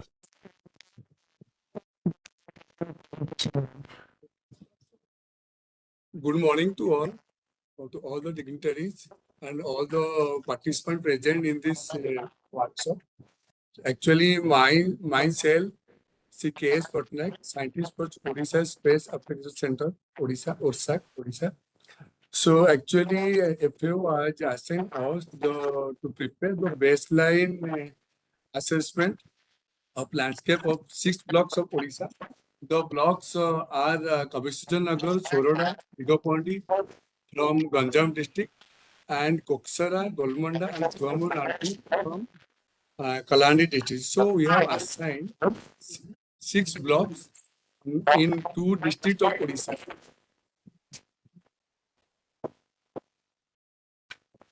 Actually, these are the index map that we have completed for 6 blocks. So actually we have divided into four major division. Like first is the base layer, then the land cover, then the soil, and next is the hydrology. So for this, so we have prepared index map for all the 6 blocks, and in the base map, so the base map contains the that means the road, railway, and the administrative boundary, that is district, block, and village boundary. Next is the land cover map. So we have prepared the land cover map for the 6 blocks. So this land cover map contains that means the detailed land cover map we have prepared. So we have prepared the land cover map in 2024, the year 2024. And this land, the detailed Casio we have, that means the settlement, that means the built up agriculture, wasteland, forest, and water bodies. So in this way we have prepared this. But we have derived the agriculture land map from the land use land cover map, but we have prepared the land use and agriculture map for the 3 years, that is 2022, 2023, and 2024. And this agriculture we have also. So we have used the seasonal variation that we have used the Rabi, Kharif as well as Jet. So we have prepared this agriculture map like Kharif, Rabi, Jet, double crop and more than double crop, and also fallow, so agricultural plantation and also aquaculture area. That is also included in this agriculture land map. So in addition to that, we have also prepared wasteland map, and the wasteland map includes all the wasteland categories like gully land, dense crop, open crop, barren rock area, etc. So in addition to that, we have also prepared the forest cover. Okay, so this is the forest cover map. So we have categorized that into two parts. One is the forest vegetation land within the RF boundary, and also the vegetated land outside the RF forest. So outside the RF forest, we have put that into tree-clad area. Similarly, in the soil resources map, so we have prepared the soil texture, soil depth, soil moisture. The soil moisture map we have prepared for both Kharif, Rabi, and Zaid. In the soil texture, we have by taking the different texture from the satellite data, we have derived that. And for the soil depth map, so we have categorized like very deep, deep soil, deep to moderate deep, shallow, very shallow. So for in very deep, we have categorized that the soil depth is greater than 150 centimeter. In deep, it is 100 to 150 centimeter. For moderately deep, 50 to 100 centimeter. For shallow depth, it is 25 to 50 centimeter. And very shallow, it is less than 20 centimeter. Similarly, for soil, we have also prepared the soil moisture map in both Kharif, Rabi, and Zaid. So there's another two map we have prepared in soil, that is the soil erosion map. So for soil erosion map, we have qualitatively we have derived the soil erosion map based upon the slope, geomorphology, and other landform, and also land cover. So we have prepared the soil erosion map from the satellite data. So the satellite from that we have prepared qualitatively. We have prepared negligible erosion, light erosion, moderate erosion, severe to extreme erosion. So we have categorized that map based on the satellite data and also other layer available with us. So we have integrated the layer and we have derived the soil erosion map qualitatively. So in the regards to land degradation map, so we have that means land degradation map we have categorized into three parts. One is the process, type, as well as the severity of the classes. So in the process, so mostly all the lands in this block, they are mainly due to the water erosion.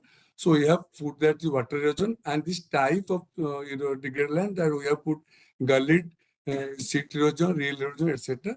And for the degree of erosion that we have categorized that it is severe, slight, and moderate, etc.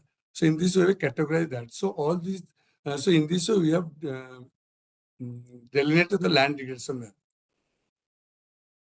In addition to that, the soil properties, the different soil properties that we have categorized like acidity, electrical conductivity, available organic carbon, available phosphorus, available potassium, available boron, available zinc, available sodium, and available sulfur. All these soil properties and the soil, that is all the soil nutrient map that we have categorized in the, we have also provided the special form that we have also taken the help, we have referred the ICRISAT data atlas for this purpose.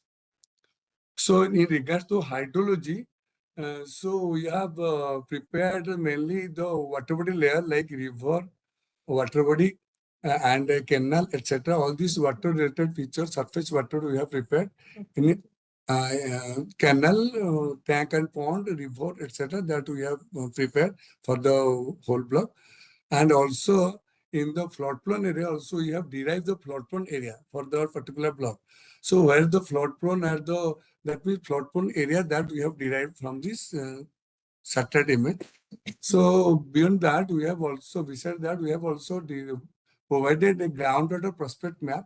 That means the groundwater prospect map also we have integrated the lithology layer, geomorphology, slope, land to land cover, the rainfall, and all this data we have integrated in the spatial in GS platform, and we have categorized the groundwater prospect map like very good, good, moderate, poor to nil, and these are quite derived for this block. So similar, that means what we have used is that we have used the Sentinel-2 satellite data for 10-meter resolution. In addition to that, we have also referred to the Survey of India toposit. And in addition to that, we have also used the DEM, digital elevation model of 10-meter resolution. Exactly in the similar fashion, we have also done the various satellite. In this, we have also derived, and that means same also we have derived from the Sorada block. This is the base map. These are the land use land cover map. Here also the land use land cover map are. So in this way, we have also derived the different layer in for other block also like agricultural land, wasteland, soil moisture, soil erosion, land irrigation, soil property, etc., hydrology, etc. Similarly for Ganjam, for all the 6 blocks in the similar manner, we have derived the different layers.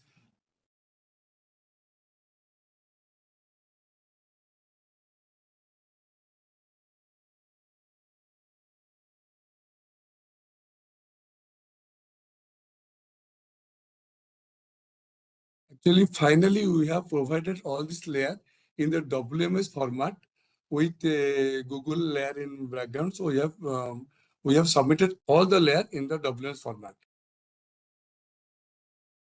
So these are the suggestions and recommendations that we have found in the 6 blocks, that the plantation sites in the westland area are to be sustained, and the plantation afforestations are recorded in the westland area.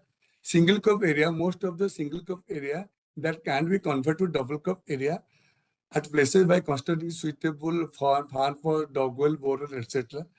The organic fertilizer manure are to be used to increase the nutrients of the soil. Suitable land management practices are to be adopted to check the land degradation, which are generally in the slopy area, it is there. And these gully fogging measures are to be taken in the Gulland because in the hilly area, most of the lands are gully lands. So actually, in order to increase the soil moisture, groundwater level, suitable recharge structure are to be recommended. Okay. Thank you.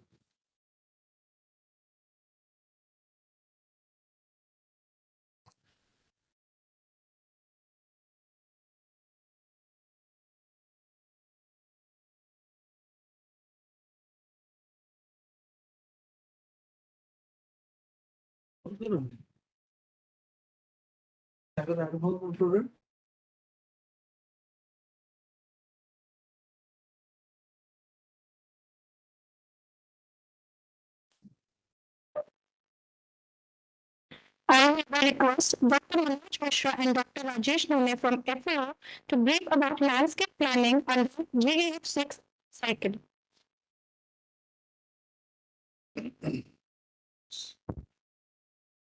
Thank you. We are going to emphasize just now, just for the sake of, what has been done as part of one of the other projects within FAO umbrella. And this particular project that we are mentioning is, it's an agriculture environment nexus project across 5 states in India, which are, one of them is the common states which GEF-7 has, that is Odisha. The other one is Madhya Pradesh, then Uttarakhand, Mizoram, and Rajasthan. So, these are some of the states where we are kind of trying to do something. What I want to emphasize is that this agriculture environment nexus project that we are trying to highlight is actually a project which is along the peripheries of the, the some of the, like say, Simlipal Tiger Reserve, which is there. So across those, the villages which are there, we have identified those as the landscape. What has been the focus of this particular project is more to do with the 4 pillars, which is to do with the global environmental benefits. The first one is the sustainable land management. The second one is the biodiversity. The third one is the sustainable forest management. And fourth area is the climate change mitigation. So these are some of the principal 4 pillars around the GEBs that we are trying to evolve into the landscape-based planning which we have carried out. So initially we did perform the geospatial analysis of all the 5 landscapes. Based on that, what we have now come up is to come up with more in terms of the what we call within our parlance, within the nomenclature of GEF-6 is the Green Landscape Management Plan. So that's basically a landscape planning that we have attempted. It's a attempt to specially connect the landscape threats and priorities. When I say threats, what are the principal threats around that particular landscape when we talk about these 4 areas of GEBs? And there are different layers of data that have been identified. So thematically, the composite maps, the weight index maps that has been allowed there, that Dr. Rajesh will be emphasizing on that.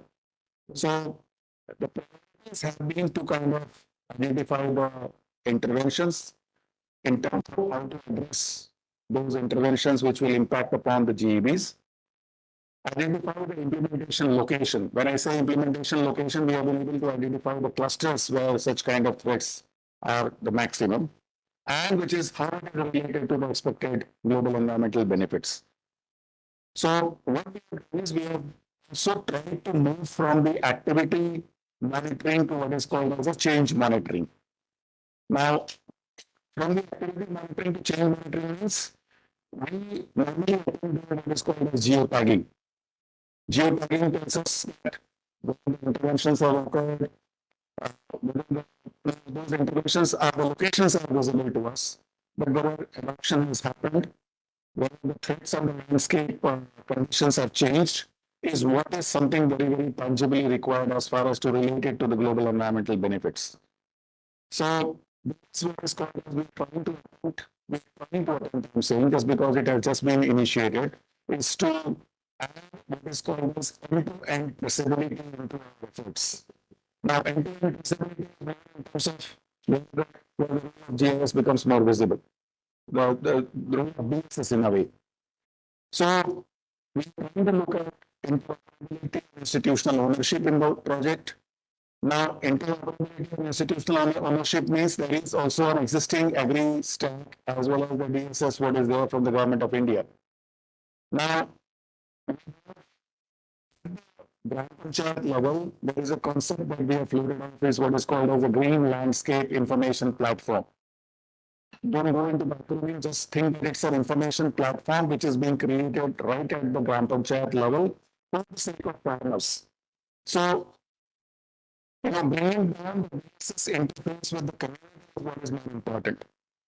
So, that helps in planning process, that helps what the farmers can decide upon, and change brings in. Because if you talk to the farmers, you know that incentivizing them with something tangible in terms of economic benefits is for them is more important than the GEBs that we talk about. Okay. So this interface is what is critical to this particular project. So the way we work in the landscape planning is we have set aside the ecological priorities, we have identified the threats, we have identified the clusters of the villages where those threats are very, very important. We are also doing the process of what is called as community consultations in terms of identifying the list of villages where those threats are visibly very clear. It's not just the community alone, but even the main departments which have been doing massive work since many years. They will be kind of consulted, and that is the process that we are trying to follow. We are also taking into account which are the responsible institutions which can be dovetailed. Because under the GEF project, we have a very small amount of seed money which can become a catalyst for several other interventions. Okay, so it's to the tune of not more than $6 to $7 million that is available for each of the states. But what's important is that if we are able to identify the responsible institutions, if we are able to identify the convergence opportunities, if we are able to identify the right kind of threat-based implementation process, implementation work packages which we have done, that will lead to the process of what is called as end-to-end traceability. So I'm looking for certain actions which are that if we are going to move from the, the mapping exercise that we are doing and identification of threats and all, how do we move into the process of MRVs? And that is what is critical as far as the identification of and relating it to the GB is concerned. There is one critical question which I will definitely have more questions in the round table that we are having in the afternoon today. But this is the essence with which we have gone on with. I will request Dr. Rajesh to come up with the processes which we have followed, what we have found out, and what's the kind of threats and the thematic composite maps which we have arrived at. Please, thank you. Thank you, sir. Yeah, as explained before, this project is like for benefit and also to benefit the environment. So key objectives of this one. So to we try to identify the threats that are causing to this environment. So basically threats like what are the threats to this environment, like land degradation, forest degradation, vegetation degradation, biodiversity loss, power occurrences. These are the major threats that are causing to the environment. And in this project, in all the landscape, we are trying to address these threats so that it can be benefited to the environment and also to the farmers. So we took the this explain. So these are key threats that we are trying to address to this project in the different landscapes in the project. So these threats we want to understand what are these threats in our landscapes and how these threats are spread over the landscape.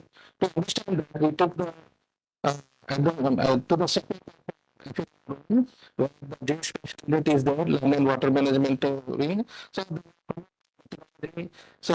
this methodology follows like different indicators that related to the climate, soil, land, and vegetation and livestock. We have selected those indicators and they have come using different indicators for the different example. If you want to, I'm giving here an example to calculate the soil erosion. So for the calculation of the soil erosion, they have used the calculating the soil erosion.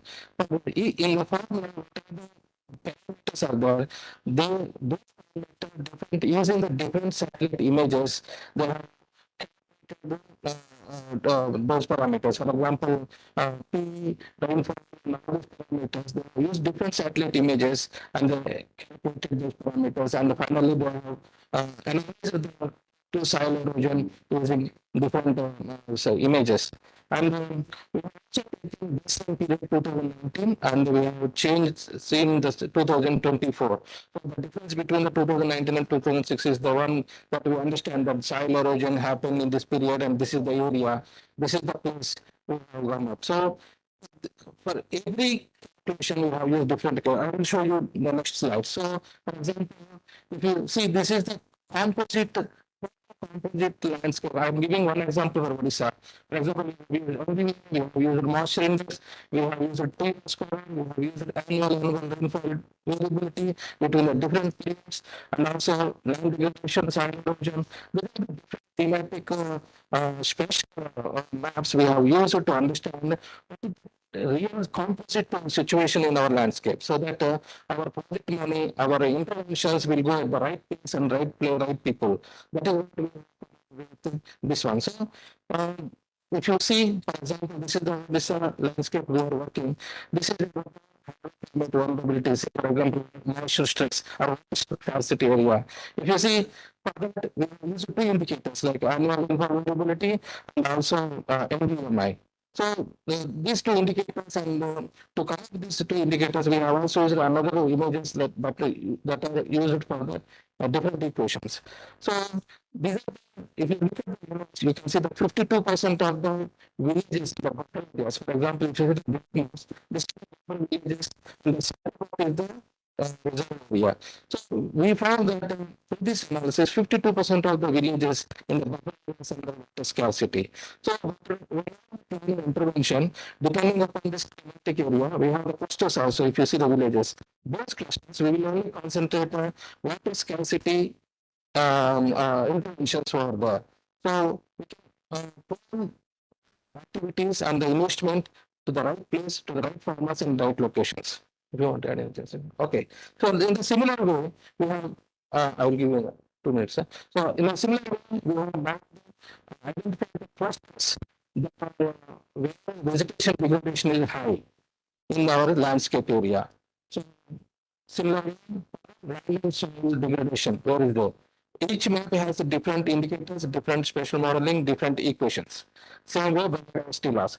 So in this way, we now come up with benefiting of global environment using the remote sensing and the different satellite images and the intelligence we got to the farmers. Thank you, Dr. Ravish. We have participation from our project team as well.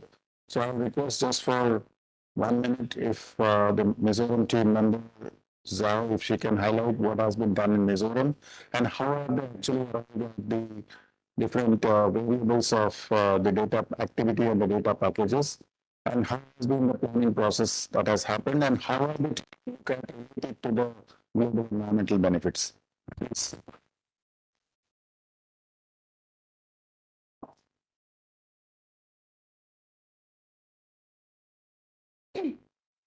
Thank you, Manoj, sir, for this opportunity.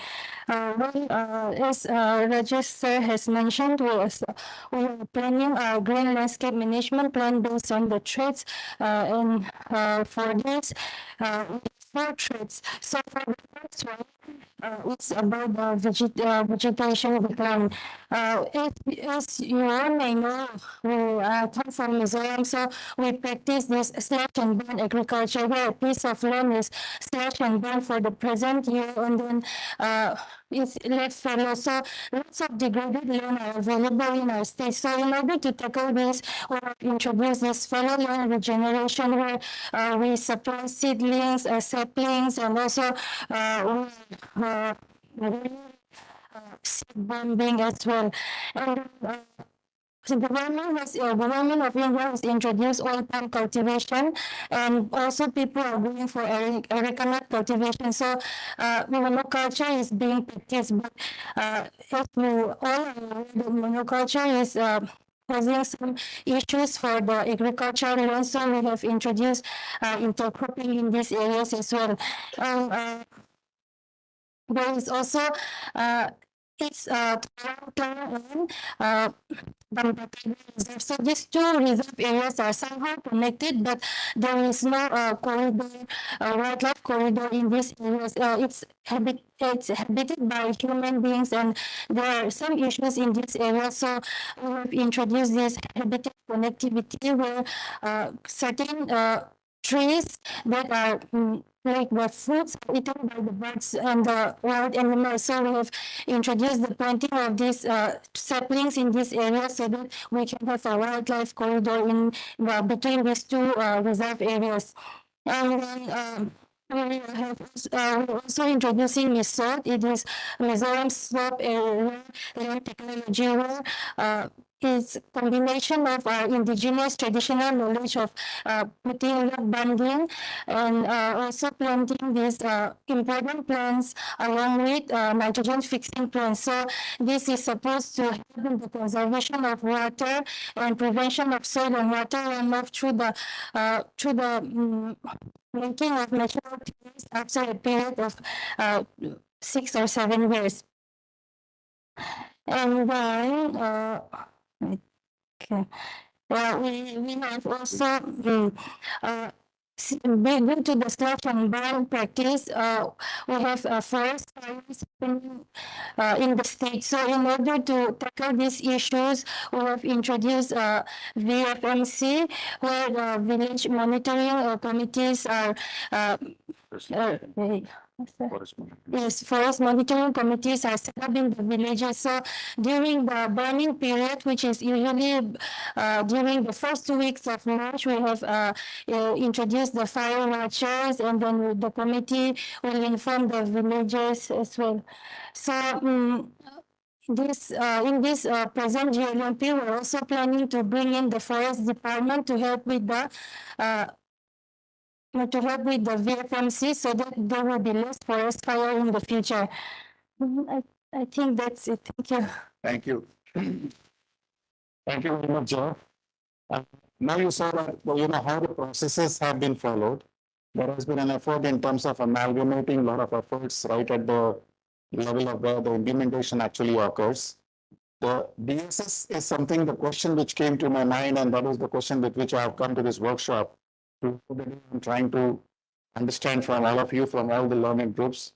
But in terms of how are we taking down into a level of monitoring it in terms of progress monitoring of it? Has there been an attempt to do that? The second one is, of course, more in terms of the integration part with the MIS, and that is where the Gram Panchayats and the community interface of the DSS, which is very, very important.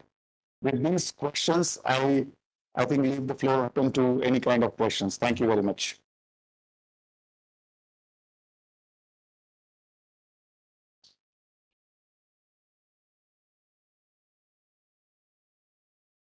Leading Haryana with Technology and Trust. We now begin Session 3, Applications of Geospatial Intelligence for Decision Support Systems and Monitoring, Reporting and Verification MRV. This session brings the workshop into the core technical discussion how remote sensing, GIS, geospatial analytics, use of observation to inform DSS, AgriStack, Krishi DSS, Haryana GeoStack, and institutional geospatial systems can support planning, monitoring, evidence generation, and data-driven agricultural decision making. To begin with, may I invite Mr. Bob Bowman from the FAO Regional Office for Asia and the Pacific, RAP Bangkok, to make the presentation on use of observation to inform decision support system. Link तो खुली हुई है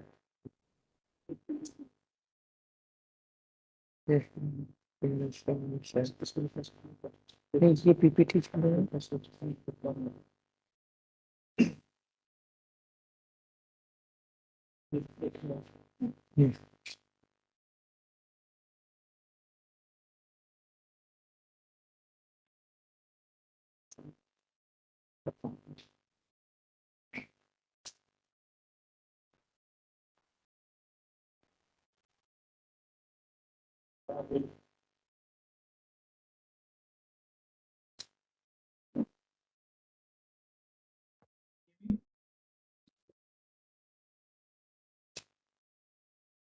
Can you can't hear me?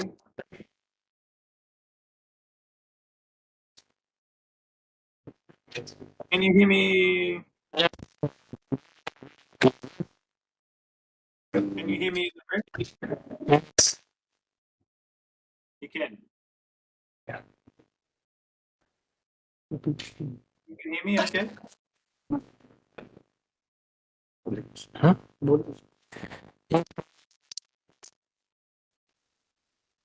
Can you hear me?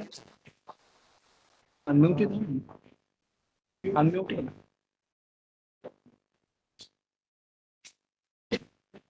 ये तो है तो ये तो चल ही रहा है ऑनलाइन चल You can hear me, everyone?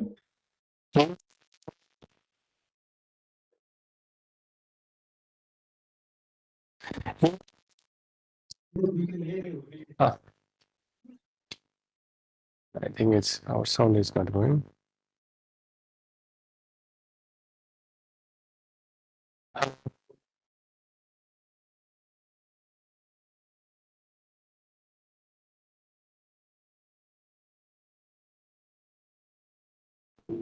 Okay, apologies, colleagues. The audio here is not so good, but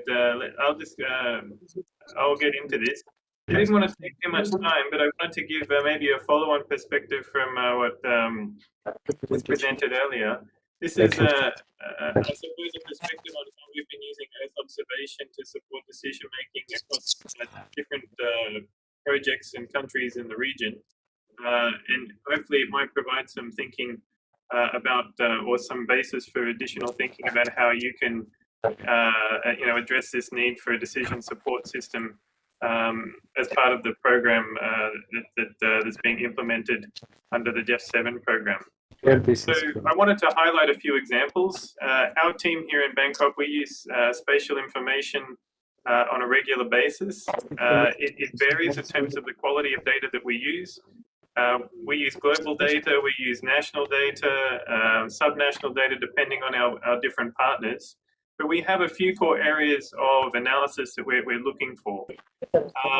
Increasingly, we're being asked to provide a perspective using spatial information on investment, for example. So this is an example from Cambodia, where we've been using a range of spatial data sets, bringing them together to say something about agricultural production potential, about economic efficiency of production across the country, bringing in socioeconomic data points of interest such as poverty, and then helping the government, for example, identify areas where specific agricultural investments make the most sense. So by overlaying agricultural potential, poverty, and economic efficiency across agricultural value chains, we bring together this information to identify priority areas for investment. Why is this helpful? In the spatial analysis that we're using, the data sets that we're drawing upon, we're increasingly able to say something meaningful about the relative economic efficiency of production systems in different parts of the country. And so this is useful for the government because when you're talking about scarce resources, being able to better target investment is a core function of decision support. And this is where we think spatial information can play a very important role. In addition, not only are we looking, for example, at investment potential, a core aspect of considering that question is looking at climate change risk. So our team is also working with spatial analysis of climate change scenarios, particularly not just averages. No, so we're not looking only at changes in average conditions during growing season. We're not only looking at projections of changes. We're also trying to understand shifts in moderate extremes, both throughout history and then projected out into the future. Because what we see in an agricultural context is that moderate extremes are generally more important, both in terms of the health of the underlying agricultural system, but also moderate extremes tend to be how or what farmers respond to when thinking about how to make decisions about the farming environment. So, for example, extremes in temperature, extremes in precipitation are incredibly important. And so being able to represent those changes spatially is something that we try to integrate into our systems. Also, of course, information on past extremes, drought and flood occurrence, spatial extent is another important reference point. And increasingly as well, we're tying this information to occurrence of, for example, El Nino events, which is a very important topic at the moment, given the coming El Nino. Also, we then are able to combine these data sets to think about impacts of climate, for example, on key sectors such as livestock. At FAO, we have developed a methodology to bring together different data sets on, for example, forage production and suitability, land suitability, agroclimatic information, and also stress points for animal health to understand how changes in climate may be affecting animal productivity, and also forage production capacity at the national and at national level and local scale. So increasingly, we're combining these different data together to give a more sort of a stronger overview for our government partners on some of the potential and also the risks that are associated with investment across agricultural systems. Also, increasingly, we're looking at how we can use spatial information to also, particularly new products such as the Tropomi satellite, which we use here, to say something more specific about the emissions profile of different production systems. Rice in particular is a unique case because we do have emission satellites that can detect methane related to different production activities, including rice. There are new processes that are being developed by some of our partner organizations to better isolate, for example, direct methane detected through satellite, so that we are able to also develop processes to sort of monitor directly methane emissions from rice production. So this is another activity that we're trying to bring together, both information about climate risk, agricultural potential, and of course the externalities coming from the emissions of those systems.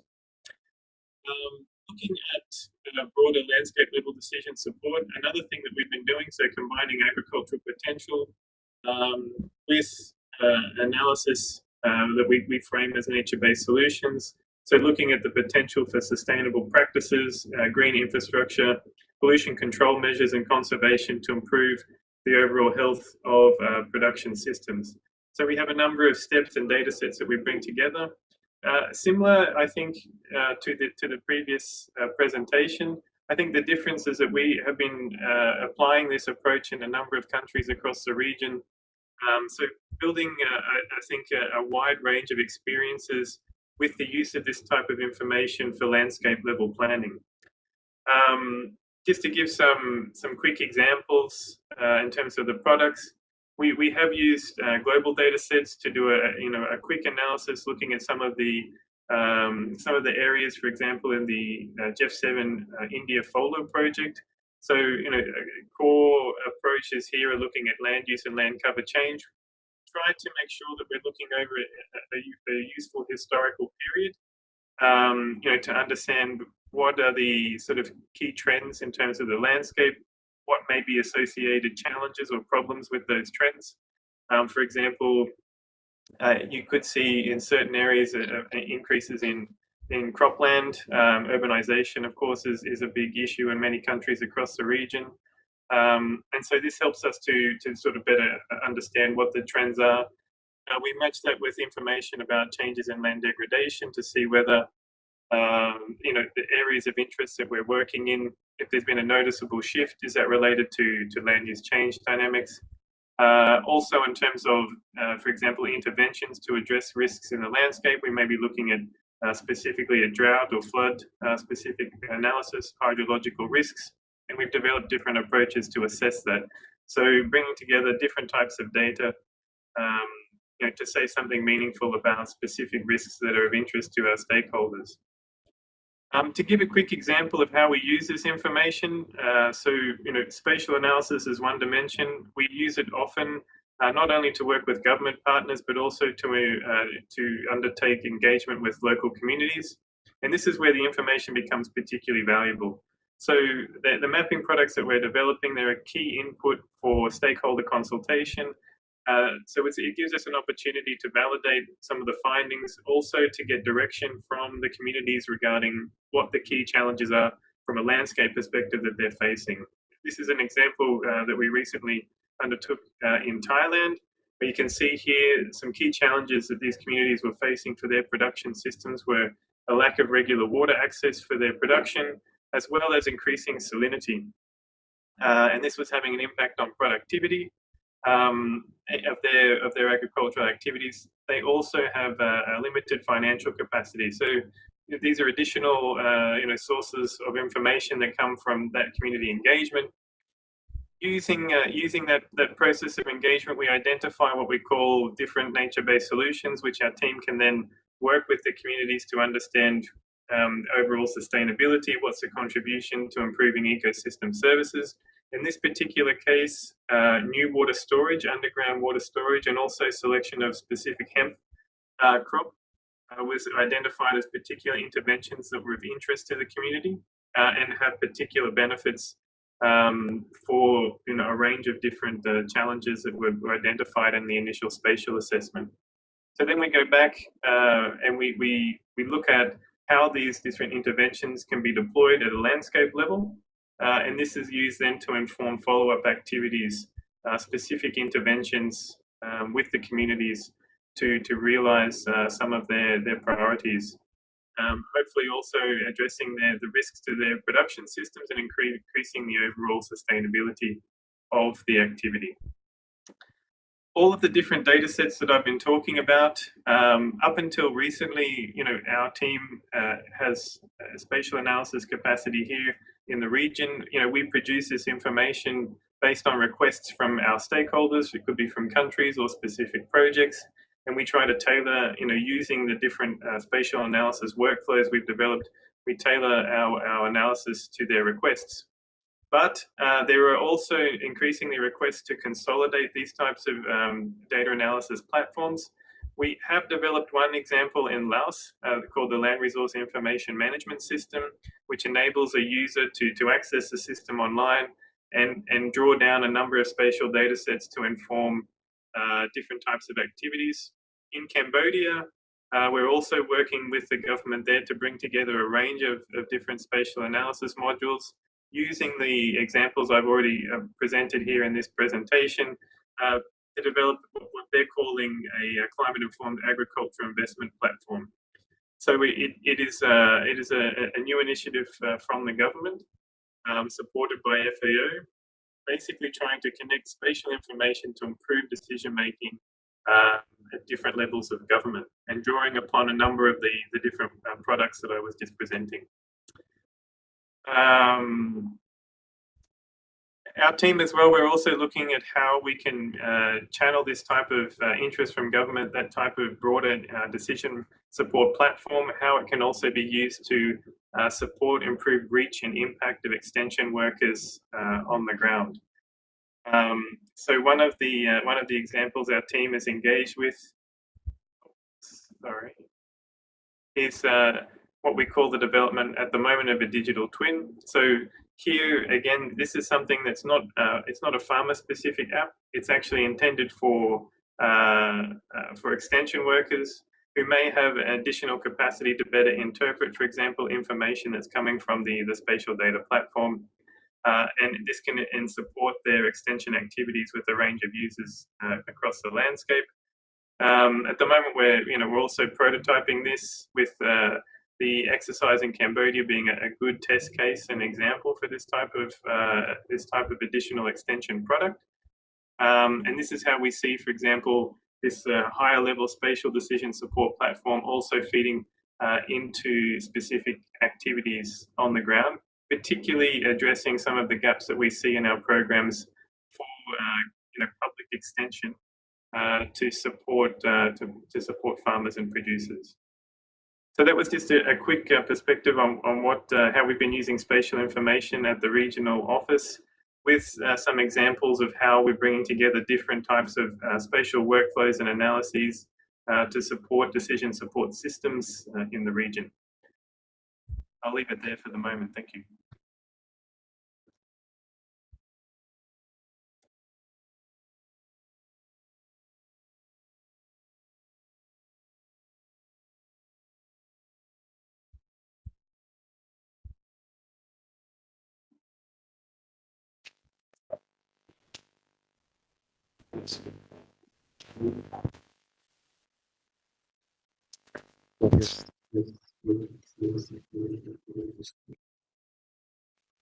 Thank you to the FOLUR Bangkok team for the presentation and for sharing the sharing the use of observation to inform DSS with us.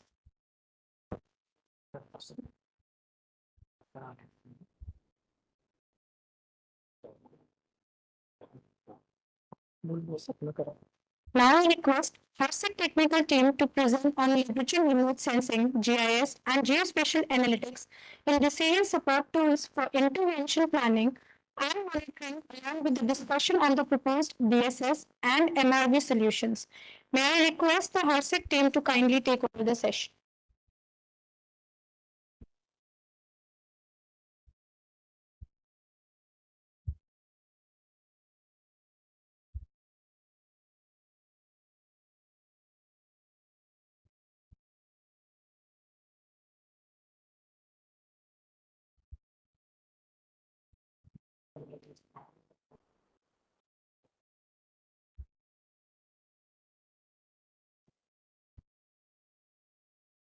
second.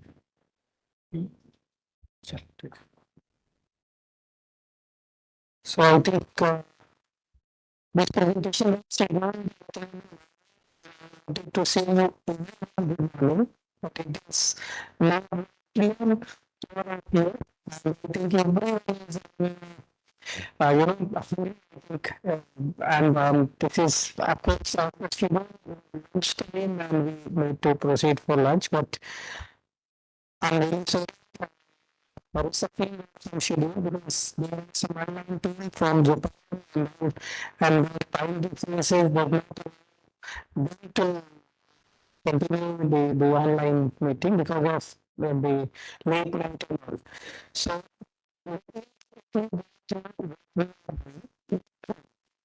and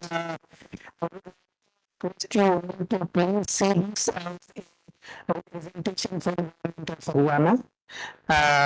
And special technology and decision support system, MRV systems that research is offering, and it is benefiting to the farmers and common citizens in Haryana is being presented over. And the main focus was to from space to citizen, basically. So this presentation was scheduled with Sultan Singh sir, but unfortunately he is not with us. Okay, so AppSec is government and it is under the Citizen Resource Information Department Government of Haryana. The structure is very simple. We have direct monitoring of the CM Haryana. And PS to CM is basically about chairman and one director AppSec reports to the PS to CM, and then the scientific and the non-technical staffs are there. Sorry. So we have the structure and we have established labs in all the 22 districts of ARSEC. This is first state in India which is having GIS level, district level to support the district administration, day-to-day GIS geospatial work. Now, let me inform you the resources we have.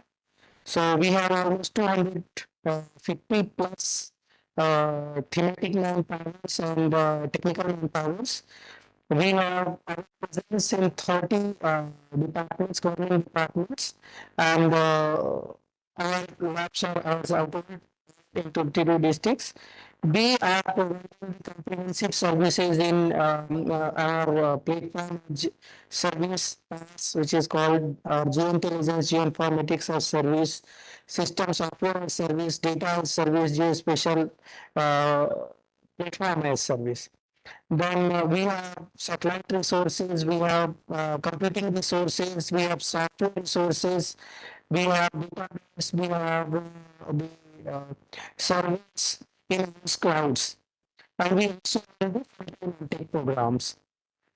These are departments where we are present. We are also having established various government departments inside like PHED, HSPV, MNCFC, MCG.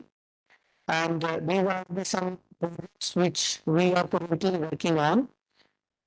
These are some facilities, or you can say decision support system, along with the systems for various purposes, for agriculture applications, for pests and the maintenance, then for then resources. So all the services which are and these are basically the systems. I don't have time to show each and every. This was planned to show each and every platform, but there is a bit time scarcity. I'm just keeping that. Now come to the geospatial intelligence in smart governance, land governance. So we are the technologically very much efficient in land record organization. These are some processes, technical processes. We are also developing business platform. We are 22 districts are integrated seamlessly, and each and every parcel, 23 districts, 153 blocks, 703 villages, and almost 1.7 parcels are being monitored and accessed by her city. So please you can identify the parcel and its area. And also the finance associated with this platform also provides you the information. This platform also provides you the this platform also provides you the information which is still and in India also. Now, which is the metrics this EOB platform has been monitored visualized by almost 53,000 persons per, per month. In and almost 20 countries visualize this platform to see the land records, digital land records through the platform. We also publicly, but we have made the platform for Musawwir visualization. We also have the property tax systems where you can also monitor 3D property tax 22 plus schemes. Then we have HHVP platforms. We are also monitoring building smart buildings and how the building is progressing in Haryana. Each district will see what is the trend of data growth and what is the trend of climate changes.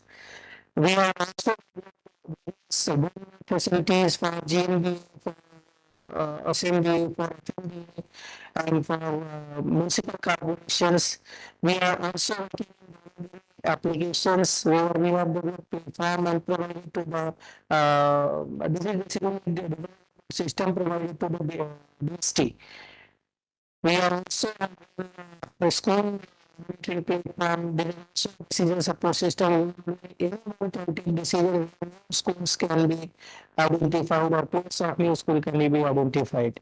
We are also platform, we also another decision making platform where the district administration can see what things are there on the platform and actually on the land.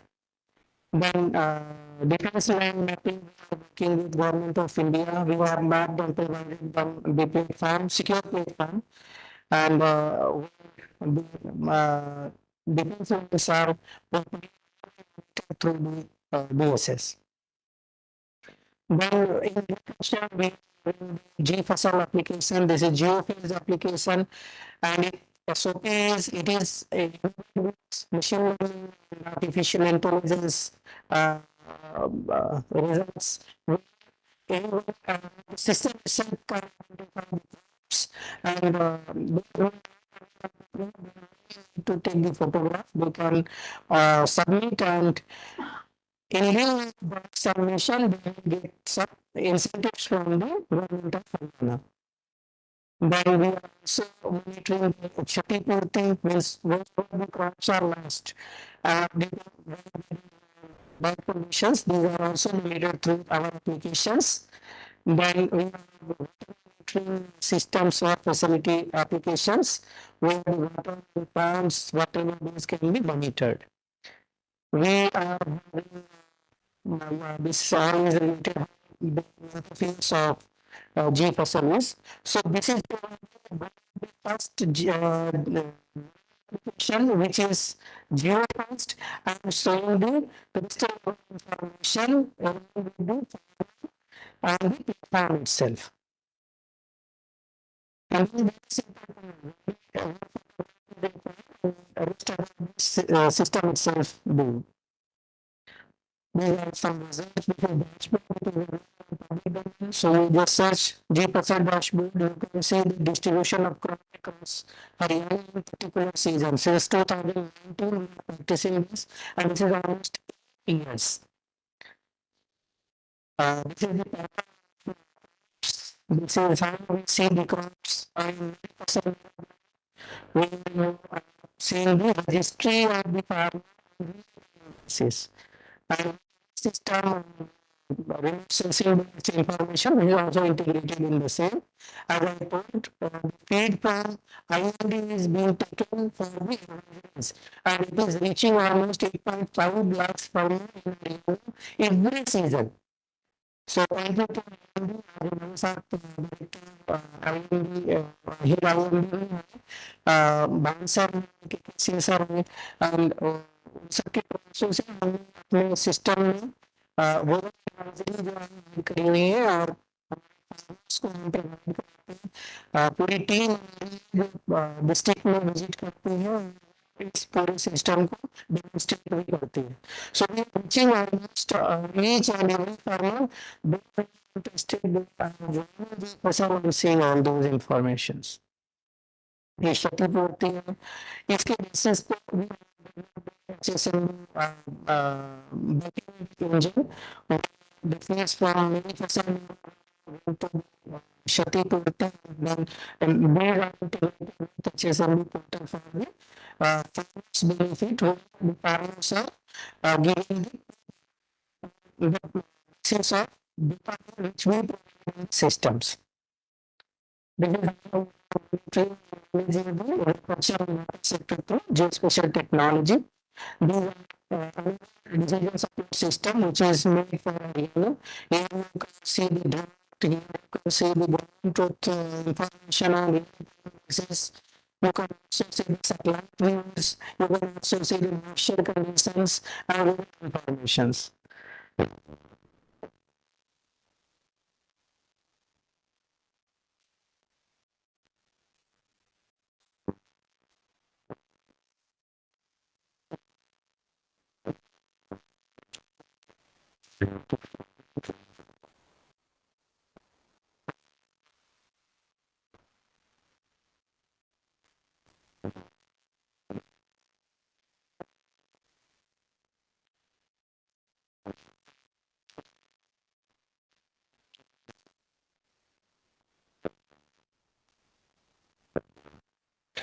This slide for drone applications that SEG is also doing. We are monitoring the crops, crop health, precision agriculture, as well as the system. This is already monitoring system for vegetation. We do this, and this is the registry monitoring. We identify self-filling platform. This is the company and you can see and provide information to the department for this. This is the platform which has been developed in GEF-7. Here information reduce the agriculture resources, air pollution, soil resources, everything is there. The reports can see the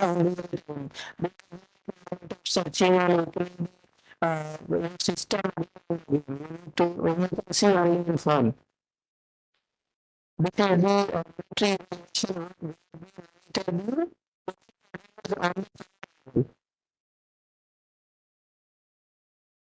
how it's taking what and digital geointelligence platform which supports in movement and conservation of water in agriculture ecosystem.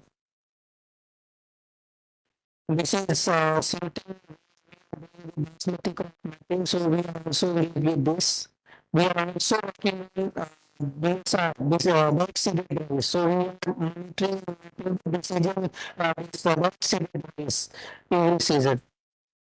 We are also doing some soil activities, ecological surveys, water monitoring. So this is a platform completely developed with sources.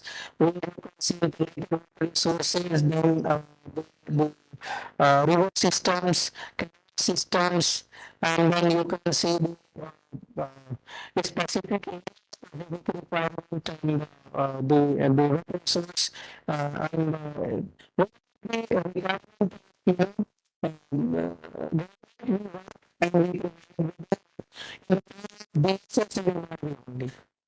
And so in a single click you can see in these government plans in the manner. Then first concept which have been provided from Ministry of Agriculture, which we have developed and provided the prototype for the team level. We have source information system as well. We have monitoring with 74 parameters as per NGT guidelines.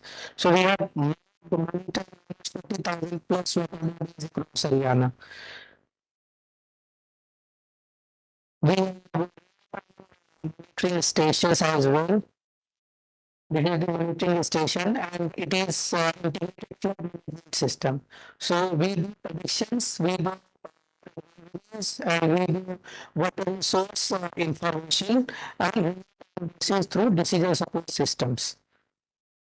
This is basically a platform where you can put your database directly in pixel set or data and it will generate the surface you can the trend of the parameter. This is irrigation performance assessment decision support system. On a real-time basis, you can generate the reports, you can visualize the platform itself, and you can this is performance assessment and all information. This is the report. This is so working in beams. So established sensors, 37 sensors are proposed to be established in other sector as well. Then it's second services, we are also working in CM Shakti platform and we are also working in SMP project. We are also working in application, which is one of the citizen can submit documents related to road permission and the government is monitoring this through CMRPs and it is there are 15 days time to and this is we managing all those things in platform and decision support basis. So almost 57 departments are engaged in this particular platform. When the peers are coming from the citizens, the action is being taken by the officials. If actions are not taken, then decisions which has been taken by the government itself. So we 60 kilometers of and we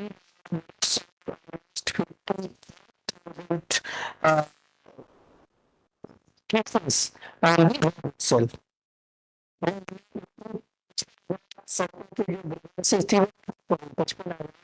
locations को sign किया है अब sign किया है platform hours we are also in transport decision support system for transport department in the form of VLTD. This is the purchase. We are also working with national the seal.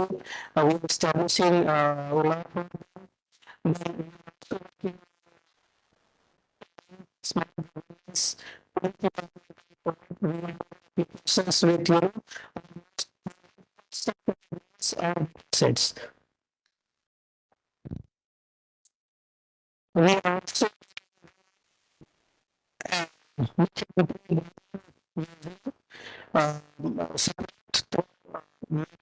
decision support systems.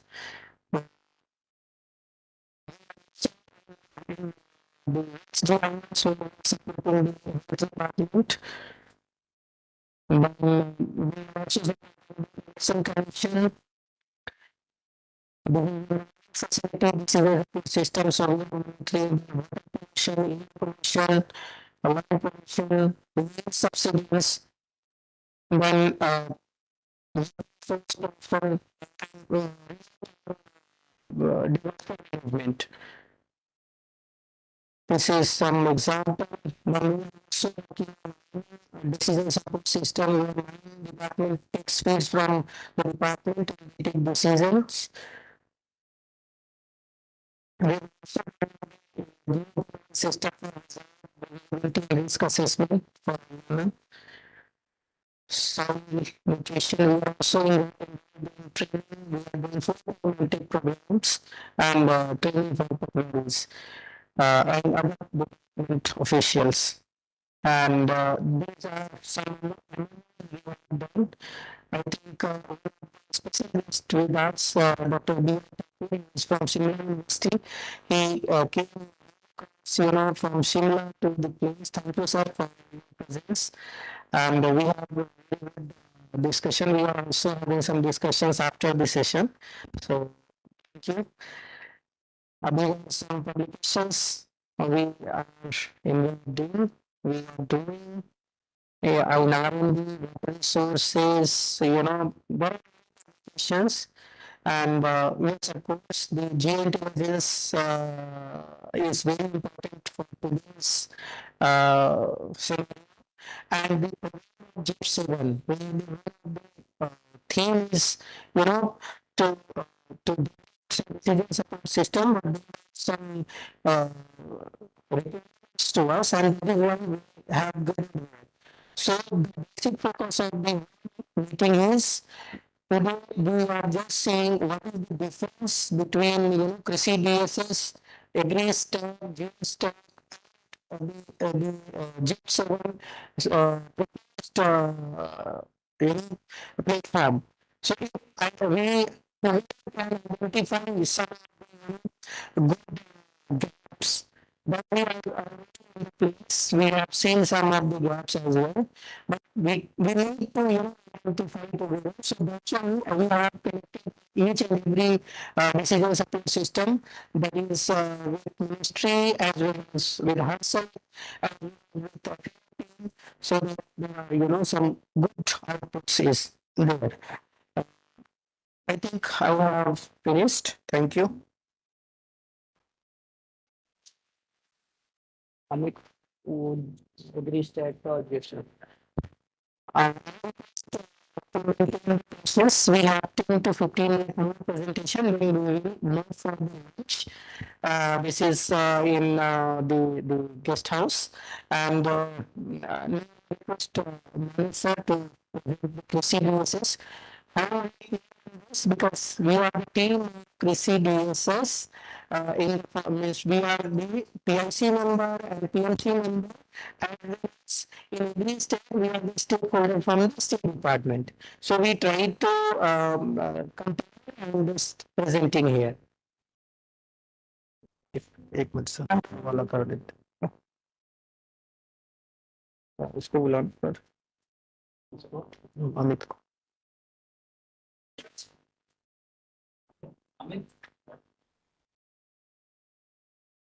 Amit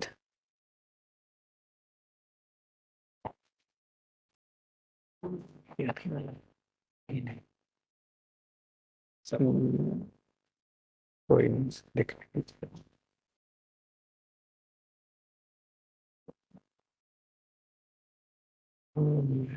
sir ने भेजा last में क्या वही वाला खबर हाँ वही खबर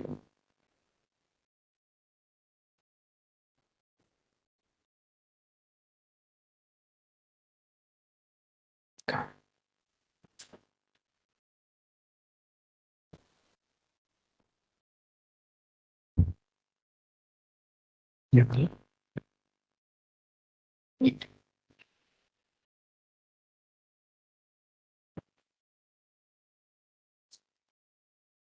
ये सब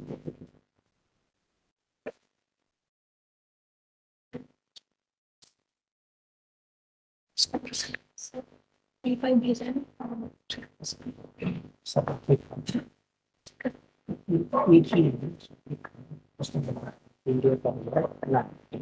children.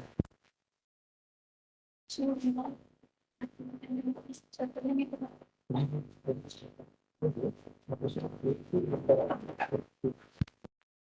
afternoon. So this project is called Krishi DSS. It is basically from the government of India, which MMFC department is being handling it, and HASIC has played a technical institution support in this project. Sure.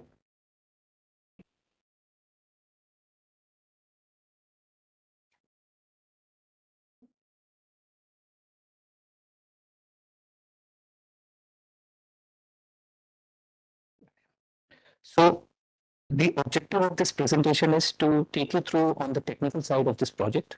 I will not be jumping into the details where how each module works, but the idea here is to help you understand the technical side and the IT side of it. How HASIC as an institution plays a role, vital role in this kind of applications.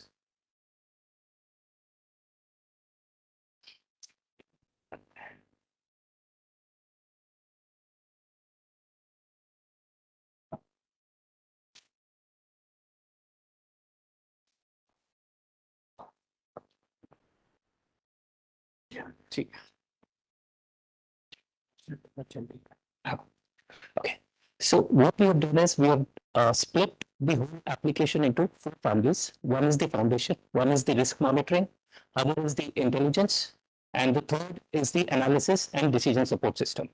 Now, these 4 are basically the pillar of this application. It is a modular-based application. So in future, any new request, any new features, or any new additional modules that need to be added can be easily integrated into this application.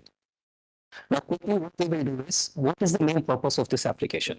If I would say in a single word, it is basically gathering scattered agriculture data from district, state, central, and data providers and converting into a decision system.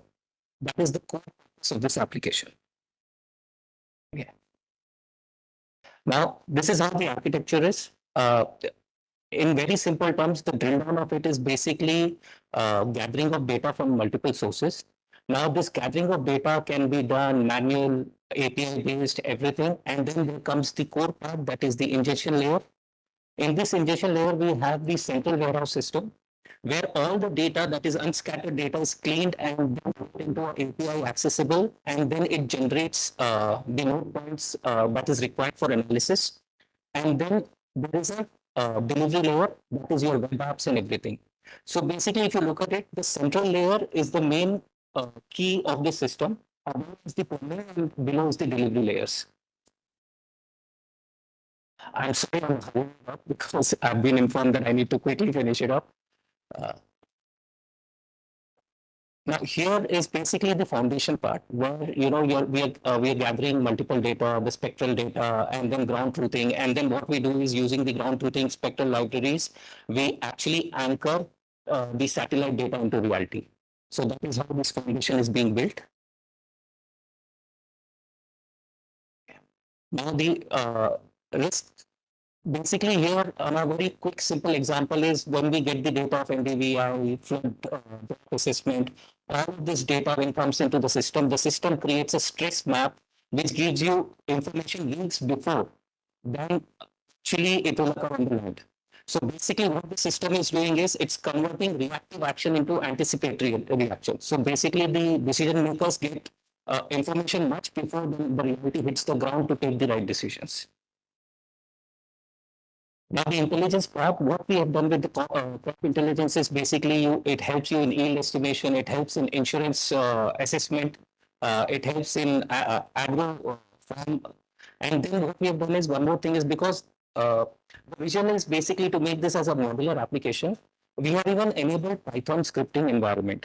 So not necessarily every module that is currently available may be the requirement of each and every users. So they can use the Python environment directly to do the analysis that they require. Now on the governance part, Dr. Bhavendra has actually explained most of it, how HARSEC is playing a role, but very quickly, HARSEC is part of PMC, PIC and TIC for Krishi DSS project. The key role is on the uh, PPI part, where the HARSEC has played a crucial role in terms of assessing the requirements that were part of the RFP, and then providing the gap analysis, and then even doing the recommending the corrective actions. This was in direct collaboration with the vendor, plus the most of the PIC members. So this is the chart that shows where the crucial role of HARSEC is being played in the PPI verification. In the end, this is how the whole collaboration of Krishi DSS ecosystem works. The idea here is to make this system as simple as possible for end user to use it. Plus, end users can upload their own data. They can extract the data that is available on the platform, run their analysis. If anyone has any questions, they can ask. Otherwise, thank you for the thank you all.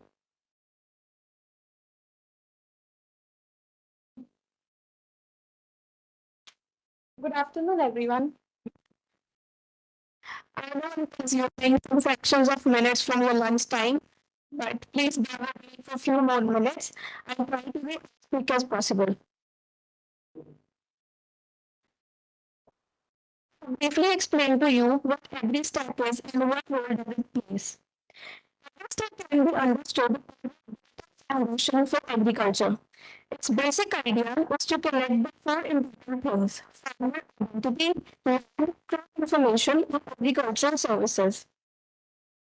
The objective includes improving delivery, providing the unique digital identity for farmers, reducing cost and risk, enabling better convergence between government bodies, and supporting innovation through better access to quality data. In simple terms, it is about creating a digital foundation for the farmer-centric activities. Let us see how these components work together. The architecture can be understood through three core registries. The registry answers who the farmer is, the farmer identity. Georeference village maps provide a spatial foundation and provides where the land is. The crops on the registry provide seasonal information about what is being done on the land parcel. Digital crop survey attributes field-based crop information through mobile devices, photographs, and geotags. Components support farmer-centric activities such as claims, credit, insurance, and advisories. But every step depends on many stakeholders, not a single department. The first is a collaborative government ecosystem. Agriculture and government departments define policies, schemes, and service requirements. Revenue and system provider and parcel information. Data and service providers contribute digital agriculture, soil, and other aspects of services. Implementation technology builds and operates the digital systems. HARSEC contributes geospatial expertise alongside these stakeholders. Let us now look at the implementation perspective. Okay. The spatial and farmer data utilized for digital agriculture. The slide presents the reported figures for sales and farm bodies, along with the progression from geofencing to farmer registry, DCF, and integrated data. The key idea is that accurate spatial information and farmer information need to work together. This creates a foundation for verified agricultural information and better planning and service delivery. Let's talk about HARSEC's role in the initiative. HARSEC's contribution to agri-stack ecosystem is primarily geospatial and technical. This includes linking land and records to their geographic location, supporting location-aware field service, using GIS and sensing for crop mapping, monitoring, and verification, and spatial and agricultural information into thematic maps and dashboards. The third initiative in the geostack, which brings the discovery specifically digital records, maps, and location-based information. This is the use of the geostack, which is completely built by Hafsig. The geostack in view, which was shown in the previous slide, the structure to users can move through administrative process such as metric profile, areas such as locate and measure. Some features such as chemistry, terminology, personalization, and help. To bring expression to interface. Finally, user access the viewer properly. Straightforward. Select, visualize, view details. Users can search using contextual references such as customer and keyword. Select the person and see the selected process.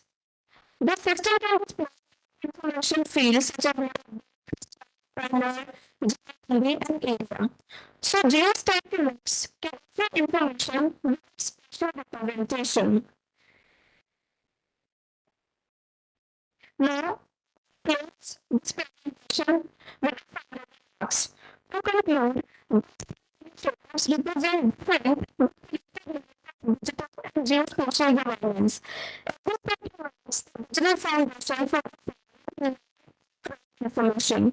Cryptobase brings together geospatial technology and for decision support. Geostack provides a unified spatial information environment for Havana. Strengthen agricultural governance, spatial intelligence, and informed decision making. Thank you so much, everyone, for displaying such a great patience. Thank you so much. Thank you so much, Harsik team, for the focused presentation and for highlighting the relevance of AgriStack, Krishi DSS, and Haryana GeoStack to integrated data-driven decision support system. Now the time you all have been waiting for. But before that, I would really like to make a request. It is a humble request. The two presentations which were supposed to happen before lunch have been scheduled after lunch. And we have a very interesting one-to-one session. So I would really request your presence for that. It's a very interesting session and will be more fun with more people. So now we leave for lunch, and I also request everyone to be back in hall by 2:25 p.m. for the remaining sessions and table sessions. Thank you.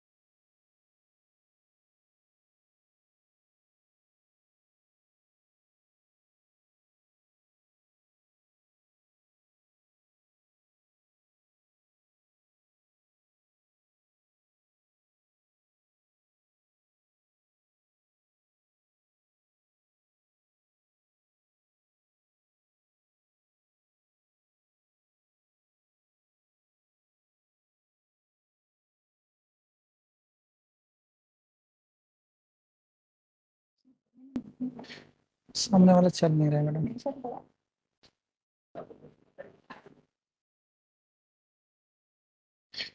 सामने वाला चल.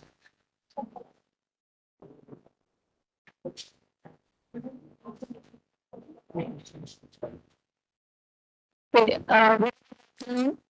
So, respected dignitaries, organizers from FOLUR and HASEC, and all the esteemed delegates and participants present here, very good afternoon. I am Preeti Talani. On behalf of MCFC, today I will be presenting the activities, geospatial developments and activities which are being carried out in the field of agriculture.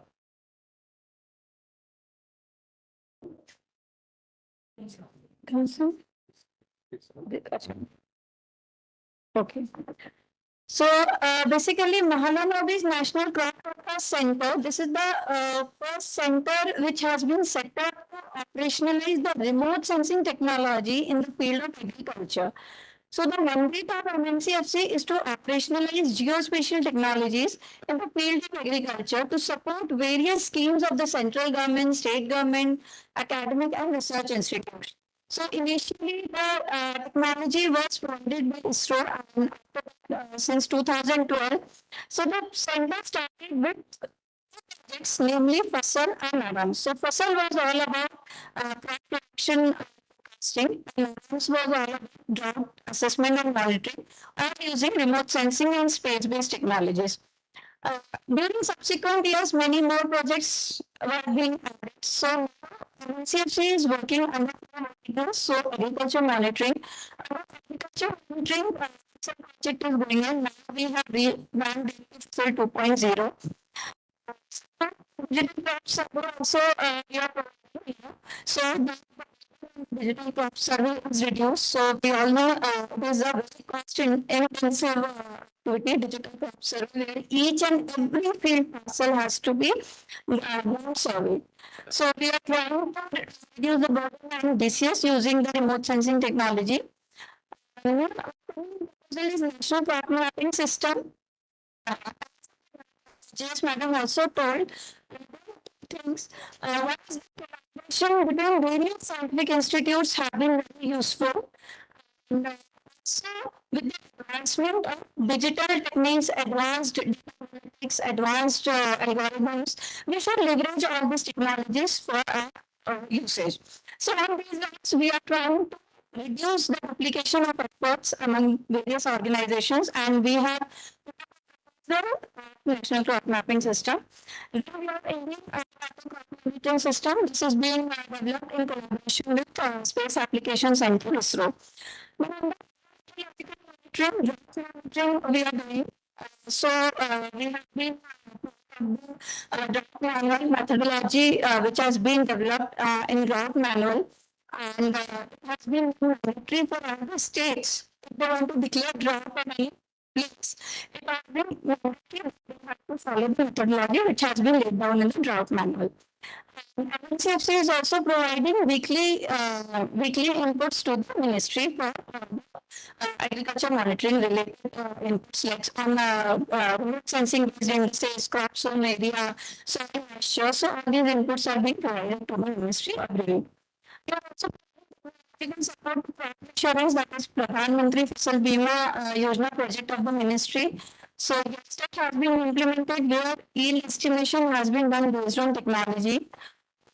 There is also a new initiative, Global Information Network and Data Systems, where the central government is promoting to set up GP level, at least GP level. Traffic is also coming up. Traffic is about action, real-time observations. So we currently do millions of photographs. So if there is a itself, that is what's happened, what is the climatic state. So it will also help in claims under the Pradhan Mantri Fasal Bima Yojana quickly. Because currently what happens if some calamity, if some damage is reported, team has to visit there and the feedback is collected. And of course, yield disputes, we are also supporting that to ministry. So these the methodologies have been standardized, the process has been set up since last 8 to 10 years. Now, since with the advancement of digital systems, we have moved on to simple digital platforms. So, we have CFC has developed a DSS system, under which we are trying to put all these methodologies, all of these into this process, which was being carried out manually earlier. And our digital platforms, digital agriculture mission, we are also generating the farm boundaries for northeastern regions.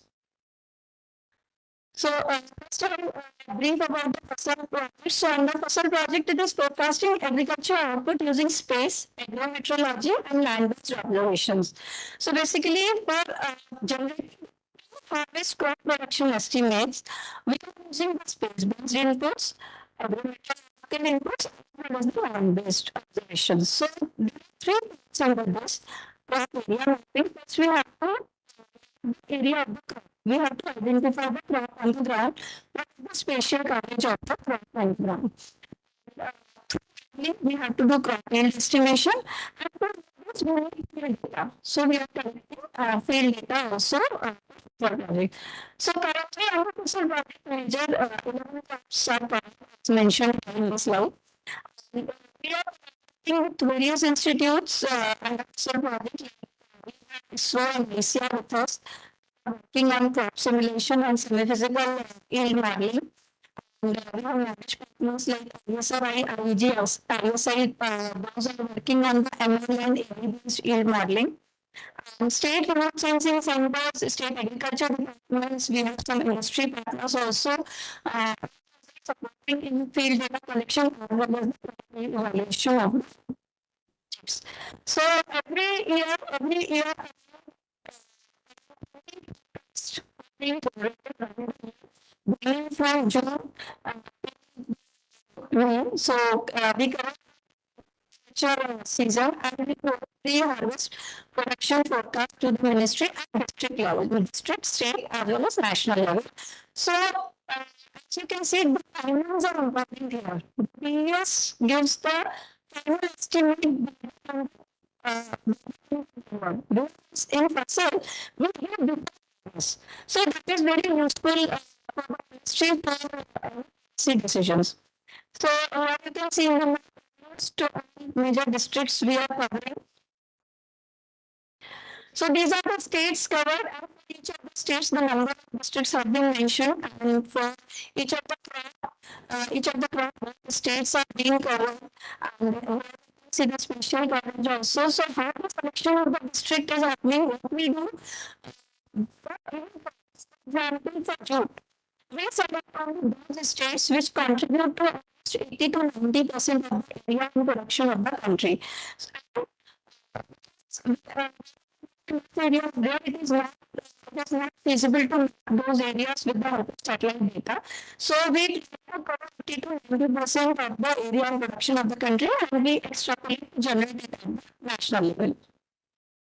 So next is national crop mapping system. So the major objective of FOSL was to generate the agricultural statistics for area and production. Now we are moving into the system. We are getting some level crop map. Synergize Institute. As today, so HATSIC is also working towards crop mapping.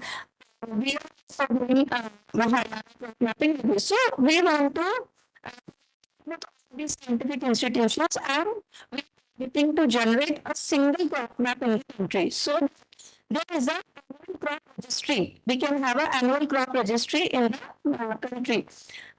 Can be serve as the DSS platform also. So here we are collaboration with various scientific and technical institutes, and it will establish a sustainable, comprehensive system of crop mapping in the system. And we are also targeting to collect very high quality GT data.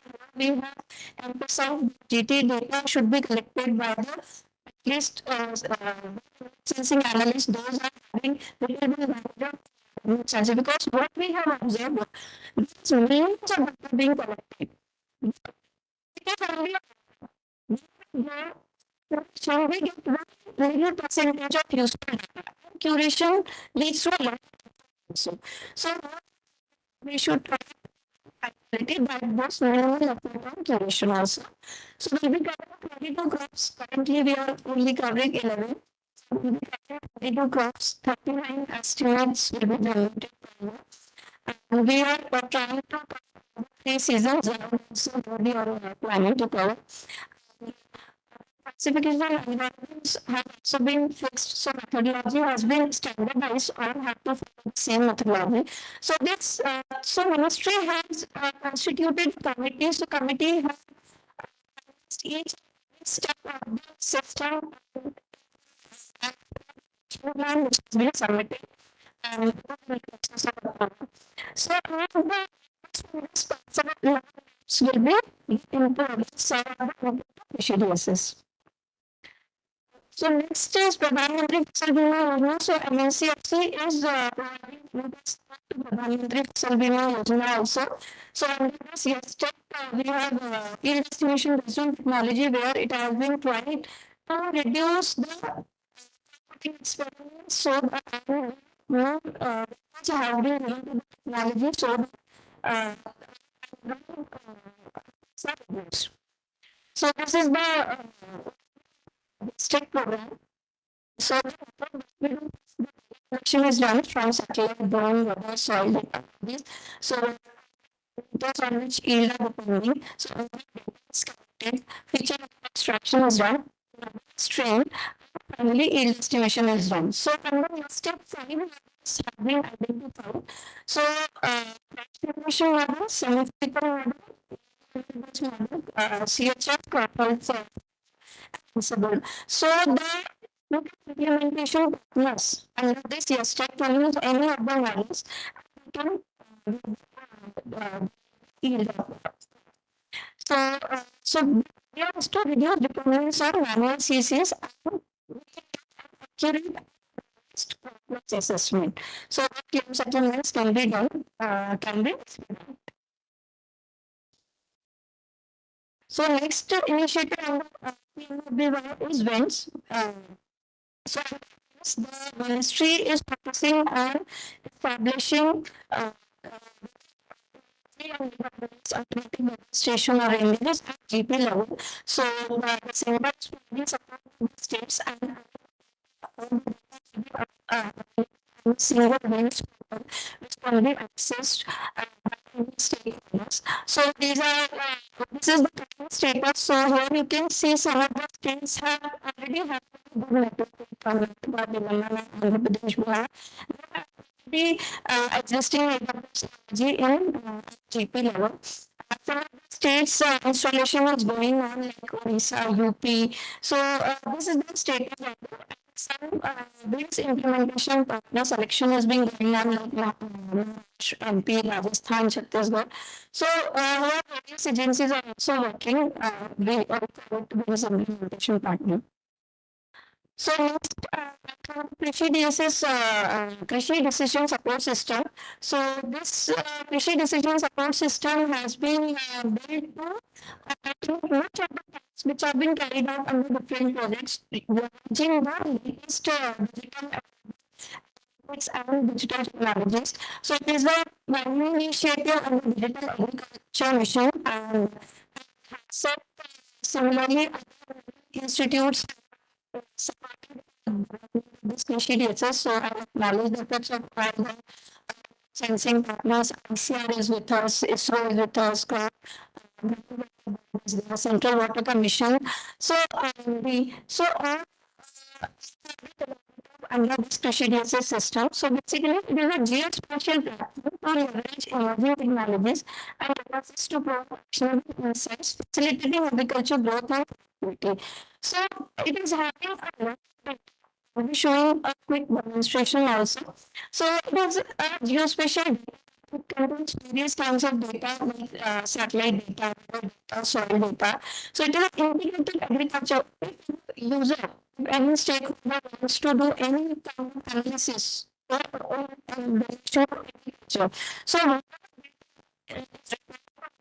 also all those data presented presented DSS. So user management, so collaboration, so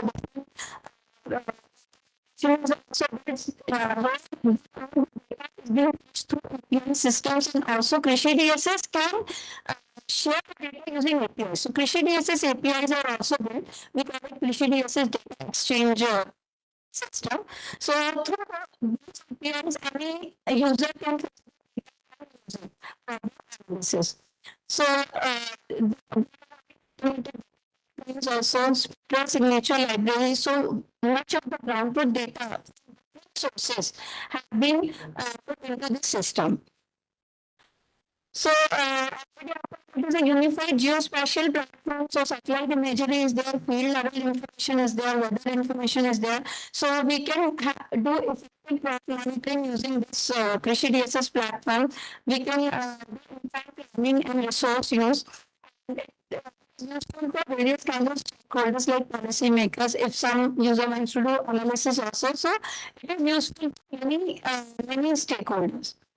So these are the modules of Krishi DSS already modules were, so I'm not going to my detail. Show some of the use cases of the Krishi DSS. So some examples, I have put 3-4 examples. So automated field segmentation. So Krishi DSS has a built-in algorithm. So we can send any data segmentation. So once we segment it, because cluster boundaries are not always correct. There is a shift also, and when what we have observed in one cadastral, there can be 2-3 crops also. Cadastral. So that's why field process segmentation is very useful. So once we do the field process segmentation, so instead of pixel-based analysis that we are doing currently, we can go for a pan level, parcel level analysis. We can monitor it at a parcel level. So that is also built in. Satellite-based crop mapping. So here we have a crop mapping module also. We can a user can provide its GT data is already there. Sentinel-1, Sentinel-2 data is already present in the system. The user can give the GT data. We can perform classification. Also, if we don't have GT data, this system is also having GT data. We have a mobile app, Krishi DSS mobile app also. So data is being collected through the mobile app. In real time, we can see on this Krishi DSS dashboard also. So basically, this module is useful for create estimates, monitoring of progress also, and it is useful for policymakers for data planning. Crop mapping generation for satellite-based DCS. So here currently for wheat and paddy, we have tried to automated crop mapping. We don't, since we have already field data since last years, field data for wheat and paddy. It is a major part of the country. So using wanted data, we have built a spectral library. This spectral library is used to identify the wheat crop. So using this automated crop map generation, we are targeting early and mid-season assessment, which can be integrated into the digital crop survey. So during last Kharif 25-26 and Rabi 25-26, we have already conducted a pilot study for wheat, paddy, and mustard crop. So more than 3.8 million paddy parcels were identified in Kharif 2025 and 38 districts, and we could achieve 98% accuracy. So this plan that with remote sensing, we can give an early assessment. Those parcels can be excluded from the digital crop survey. We need not go to those parcels. So even if 40% parcels we are able to give, it will reduce the cost by 50%. So that is a big change in that. So studies have been carried out during last year, and during now we are planning to operationalize this. So the automatic crop generation goes is linked with the DSS, integrated with the DSS, and those are excluded from the round survey. So this is the machine learning based crop yield estimation. So various yield estimation models are also built into the system. So random forest, support machine, linear regression, various machines. Plus semi-physical model is also implemented in this. So for any of the crop, we can generate yield at district level, and this yield can be downloaded through a report also. So in fact, we can compare this yield with the CC data also. So we need not do a yield estimation model. This is a digital public infrastructure. This is available in public domain.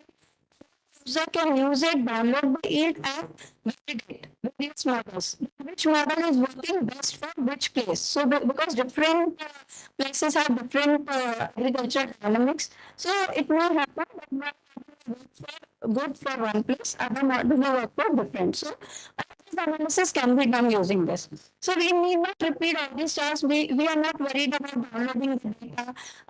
We need not worry about going to one portal for rainfall, one portal for soil data, one portal for satellite data. All this data is already available into this platform. Next is the crop cover watch group. So MNCFC every week provides input on crop cover watch to the ministry. So basically, what inputs are provided? What is the NDVI? What is the crop health based on NDVI, vegetation condition index? What is the soil moisture? What is the rainfall? So all these inputs are also being automated in the system. So we can directly generate these inputs and present to the ministry. So these are now updated in near real time and can be downloaded from the portal easily and can be viewed. So soil moisture anomaly we are taking from SMAP, NDVI, LSWI, these are taken from models data. So all these are generated. Every week they are generated. So there's a drought monitoring based on national drought manual indicators. So as we know, there's a drought manual and there is a standardized methodology to declare drought, which requires four categories of parameter. So the states, for states, it is mandatory to use three category and declare drought. So rainfall, dry spells, it is under rainfall category. That is the mandatory indicator. The next are the remote sensing based. So remote sensing based is NDVI, LSWI. Next is the soil moisture. Third category is the crop zone area, and next is the reservoir levels. So these four, what is the mandatory indicator? First, if mandatory indicator based on mandatory indicator, if we say yes, drought is there, then they have to go for the next level impact indicators. So out of four impact indicators, three have to be chosen. So this is the methodology of drought which has been automated in this portal in Krishi DSS in collaboration with Space Application Center, ISRO. So directly you can see all the parameters. What is the cumulative rainfall? What is the rainfall deviation? What is the crop zone area? What is the value of the NDVI, LSW? So all these parameters you can see. Next use case is flood inundation assessment also is built in that. So during Kharif season, we can see what the inundated areas and so that we can quickly plan any disaster response, reduce manual survey can also be reduced. So basically based on the satellite data, we can see what are the inundated areas and NRC also generate inundation maps. So these maps are also integrated into this portal. So it will also help banks, insurance and rural support programs also it will help. So this is the scaling Krishi DSS nationwide. So Already we have onboarded many of the states onto Krishi DSS, and already we have trained them. Most of the states are now collecting field data using Krishi DSS only, and the rest of the states the progress is ongoing. So dashboard and reports are also much of the dashboards and reports are ready. This is output integration with Crescedius. As I told already, studies have been completed. Now we are planning to integrate DCS with real-time Crescedius inputs. State-wise use cases, advanced UI models have also been planned, like pest detection. We are working for pest detection, stress prediction also. And long-term to real-time national agriculture intelligence system for these faster response during so we are talking with the also. So using all this data, some advisories can be generated, and through API, those advisories will be through the system of the Ministry of Agriculture. So already we are in the process of integration of Krishi DSS with the Bharat Star system, which is handled by the extension division of the ministry. So, thank you. Now, I quickly would like to demonstrate the Krishi DSS system so that the users can explore.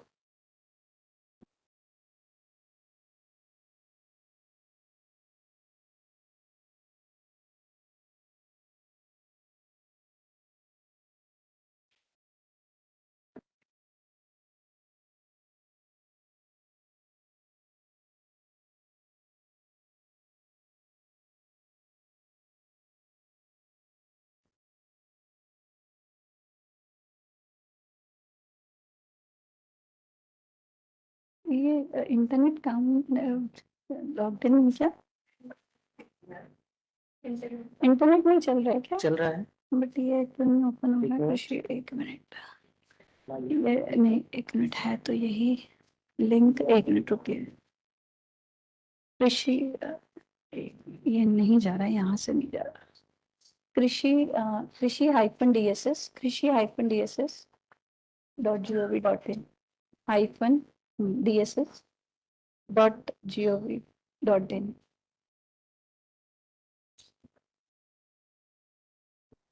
अच्छा, इस पे नहीं आ रहा ये display तो अच्छा, display पे कैसे आएगा? इसको शेयर करना पड़ेगा आई थिंक।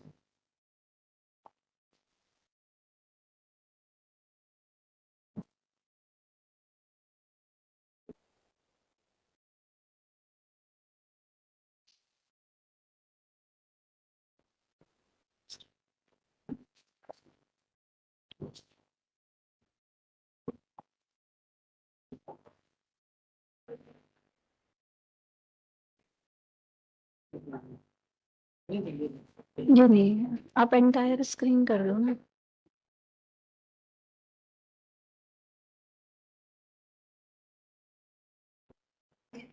नहीं, शेयर नहीं हो।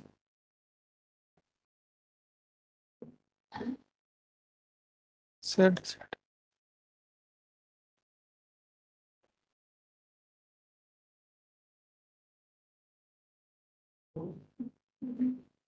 ओके ना? हाँ, मैं कर रही हूँ।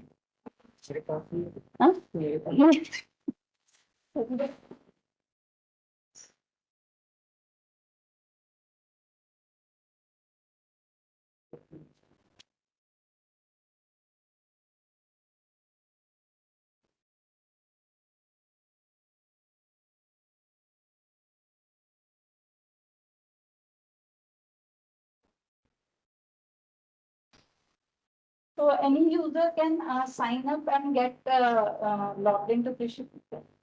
पासवर्ड गलत था मेरा।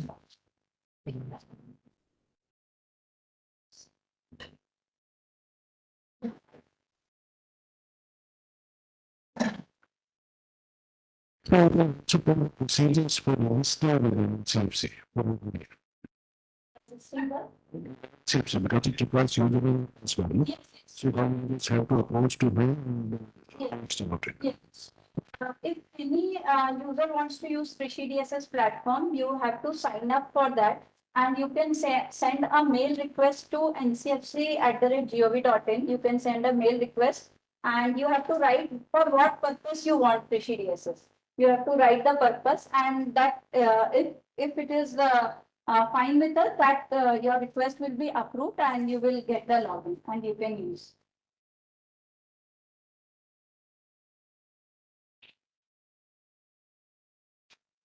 So once you land on us, so all these modules are being shown here. So like first, I will show field parcel mapping. I'll go to field parcel boundary.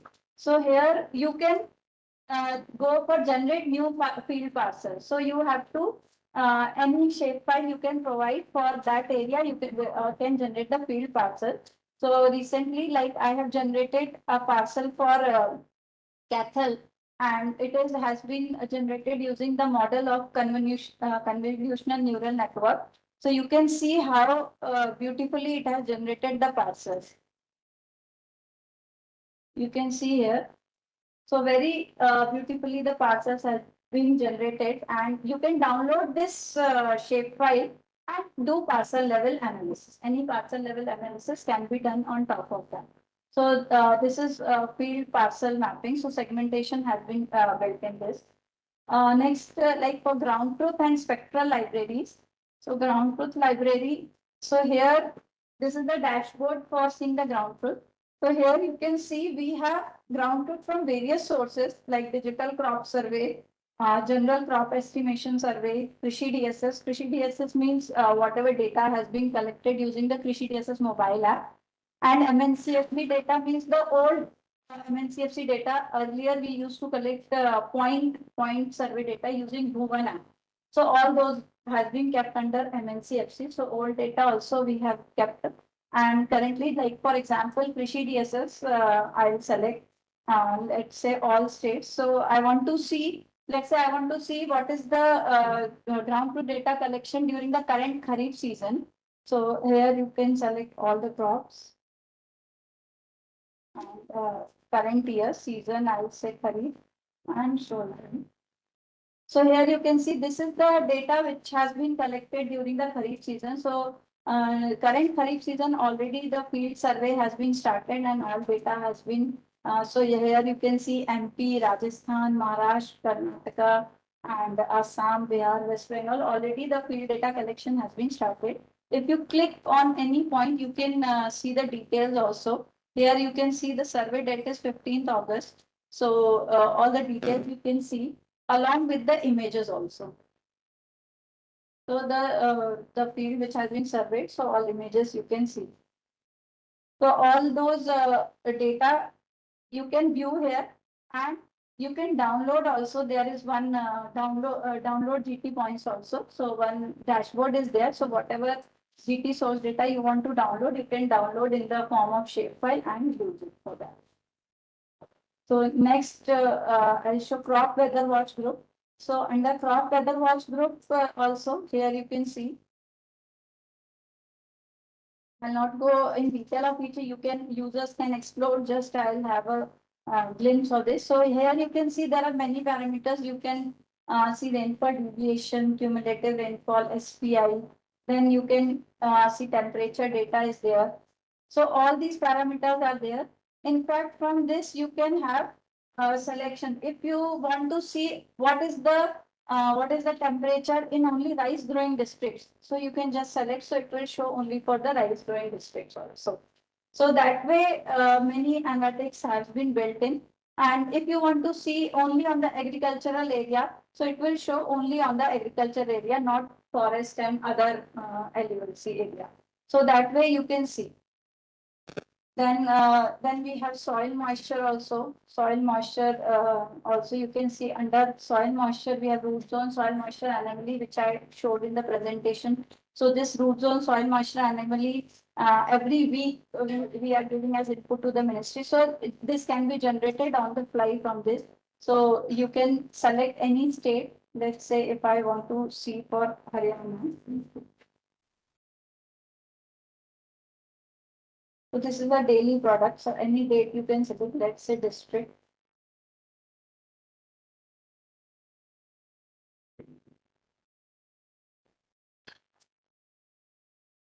So this is the situation of soil moisture. So here it is showing that Karnal and Panchkula is having less soil moisture. So two districts are in -20 to 30 severe category. So this anomaly has been categorized based on the drought manual, severe, moderate, and normal. So there are eight districts which are 8 and 6. These are under normal category, whereas these can go under moderate or severe drought category. So directly from here you can see what is the current status. So similarly, active fire locations, also crop zone area from crop weather watch group. What is the crop zone area? Like it is showing for the current season only, Kharif 2026. So this crop zone area is taken from the states. This data is taken from the states and integrated with the Krishi DSS 4.3. So all these you can just explore. There are many modules and you can register on that and send your request to ncfc@gov.in, citing your purpose of using the Krishi DSS platform. So other modules also you can explore that. Okay. Thank you. Thank you.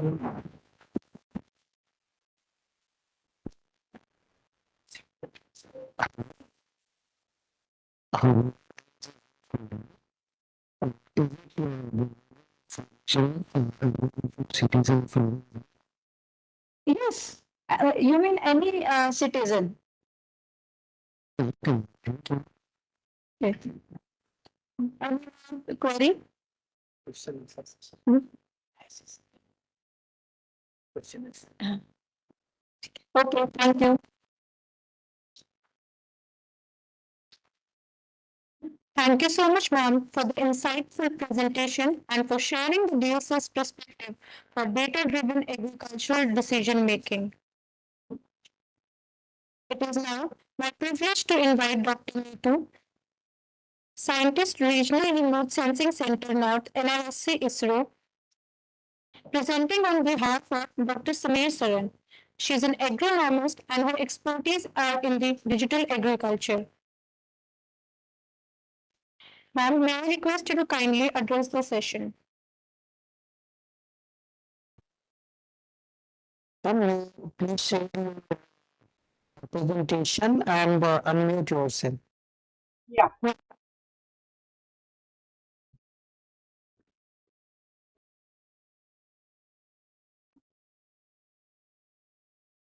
Am I audible? Yes, ma'am. Let's proceed. Hello.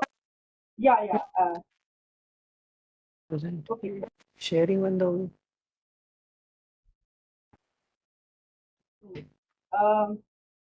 Hope I'm audible. I get information. One light one.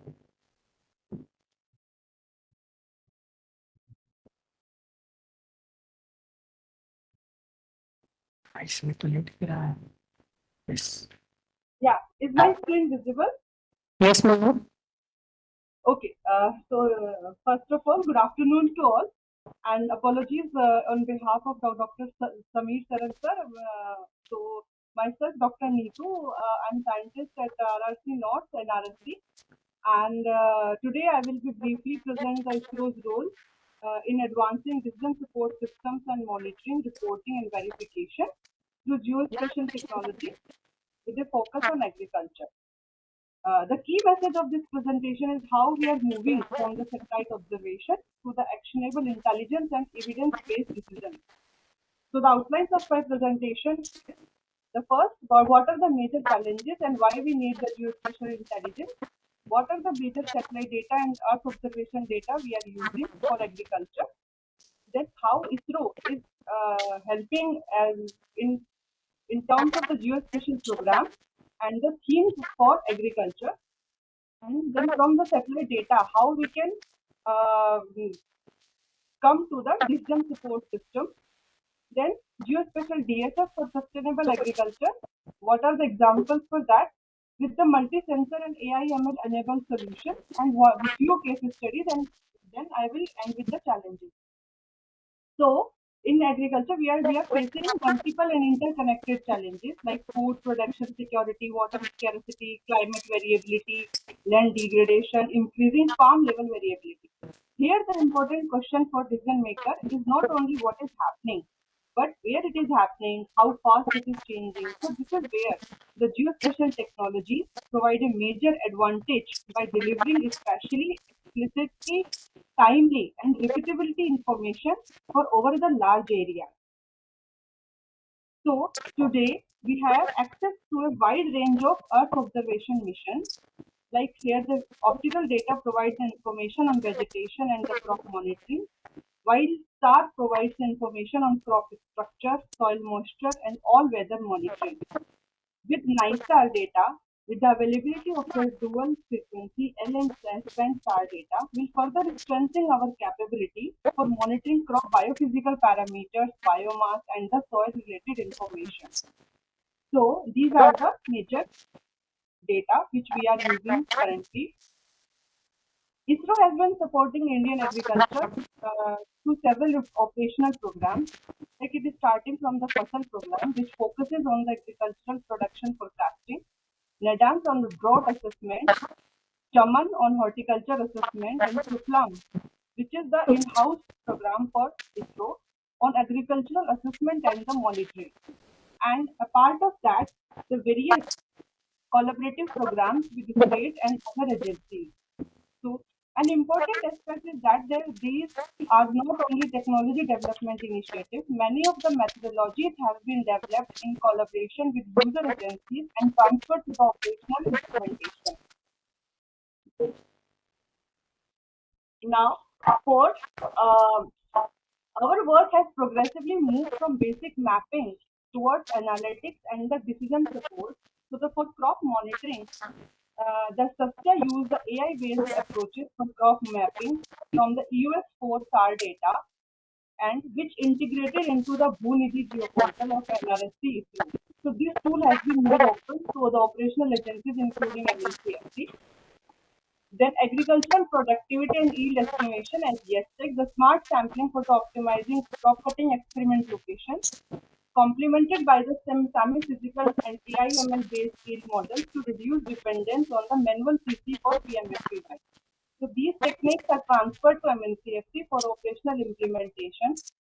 A part of that, the ISRO has developed an automatic geospatial crop estimation system integrated with VIDAR for crop yield assessment and the decision support.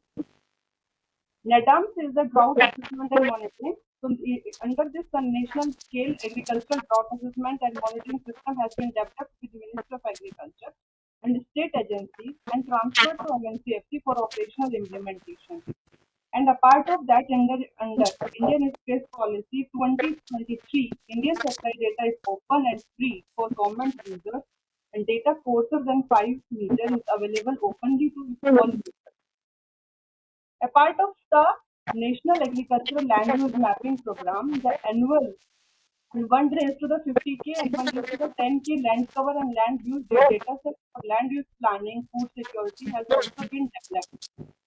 And value-added agrometeorological products also has been developed. Now, this slide basically captures the overall transition what we are trying to achieve. So we start with the Earth observation integrated with field, soil and weather observations, and then applying the processing, modeling, GIS and AIML analytics. So this generates indicators related to crop, water, soil, and as well as the carbon. But the final objective is not the indicator itself. The objective is here to support the decision cycle, like monitor, assess, predict, and act. And this is also where MRV, like measure, monitor, report, and verify, becomes a very important framework for objective and transparent assessment. So, a robust decision support system cannot depend on only on the satellite data. There are the different thematic data sets which needs to be integrated. So we need to integrate different data with weather data, soil data, crop management, and other data sets like thematic data sets. So such integration basically allow us to understand the crop and environmental conditions more comprehensively and support application like support like crop modeling and drought assessment. So here, as already shown by Ms. Preeti from MNCFC, the drought monitoring portal, which has been basically the geospatial implementation of drought manual in Vedas, and it is on the back end of the Krishi DSS drought portal supporting with that Krishi DSS. So it has been already covered, the Krishi DSS has been already covered, so I will skip this. But basically here the objective is that the Krishi DSS is very important step, and we should, it brings basically together multiple agricultural geospatial databases that provides a platform for advanced analytics, informed decision making. Now the future is clearly moving towards the multi-sensor integration. So each sensor contributes something different, right? So optical provides vegetation information, then SAR provides structural moisture information, then hyperspectral provides the crop chemical characteristics, weather provides chemical, climate and stress information, and field observation provides the calibration and validation. So AI and ML basically provide the capability to bring all these diverse data sets together and develop a scalable and automated solution. So these are just two examples that how in globally the AI and ML techniques are used for the crop mapping and yield. And as you can see on the bottom right, then so in yield, the accuracy moving from 0.75 to 0.89 something, and for crop mapping we are beyond 85% to 95% globally. So there are the few case studies already has been part of that already has been presented. So I am just quickly going into this. So this is a classic example of the how we have beautifully classified for the different crops using LG algorithm. Now, ISRO's space-based agricultural program basically covered a wide spectrum from the crop intensification to horticulture to crop residue, crop intelligence. And the current programs are increasingly focusing on forecasting, analytics, and integrating this approach rather than only generating the thematic map. So the impact of these initiatives is visible in several areas. Space technology has improved the crop acreage and production estimates, supported the drought monitoring, then improved the risk assessment and claim settlement, and parallelly, it can be led to decrease in premium rate from 17 to 12%. Then evaluation and validation studies are periodically basically carried out for crop mapping and yield estimates. So here, despite significant progress, we are facing the several challenges. The first challenge is to integration and quality of multi-source data. So we also need the better ground observation, the improved model generalization, continuously the real-time processing, and the continuous validation is also very important. So here the cloud cover is also remain the limitation for optical observation, which makes SAR and NISAR particularly very important for all weather monitoring. So looking ahead, we see the opportunity in the multi-sensor fusion, AI/ML foundation models, along with the near real-time processing. And ultimately, the goal is to develop the automated DSS with a digital MRV system that provide objective, transparent, and evidence-based assessment. Finally, translate this information to the location specific and farmer-centric advisory. So to conclusion, the role of geospatial technology basically it is evolving from the observation to intelligence and from intelligence to action. And the combination of Earth observation, multi-source data, AI, ML, field observation can provide a strong foundation for transparent MRV and effective DSS. Ultimate objective is very simple: the better information, better decision, and better outcomes for agriculture. So thank you so much for giving me this opportunity, and I hope I have not exceeded my time. Thank you for the opportunity.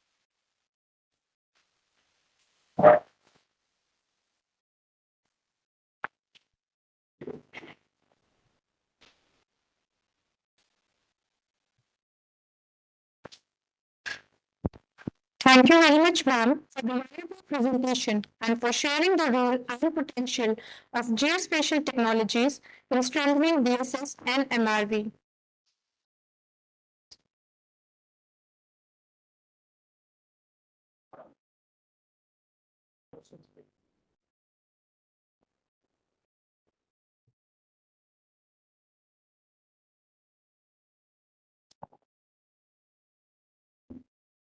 हर आवास की भागीदारी बेहतर परिणामों की तैयारी है.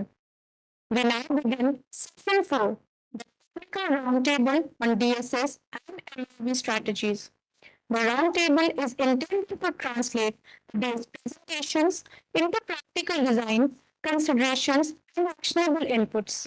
The discussion will cover the project DSS roundtable and MRV architecture, integration with AgriStat, Krishi DSS, and Haryana GeoStat, project-specific functionalities, data requirements, institutional arrangements, and other related implementation issues.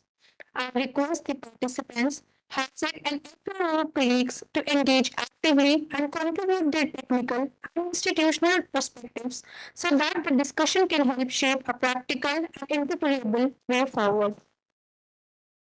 May I now request Mr. Vinay Singh, FAO, National Technical Coordinator, to kindly take over the roundtable discussion. Yes.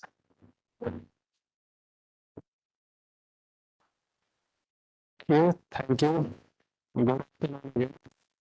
This is what, since beginning we're discussing and waiting for this to the key input of this project. That is what it's really really to support and input. So I request every participants, experts, and dignitaries to please contribute because this will save us our decision support system.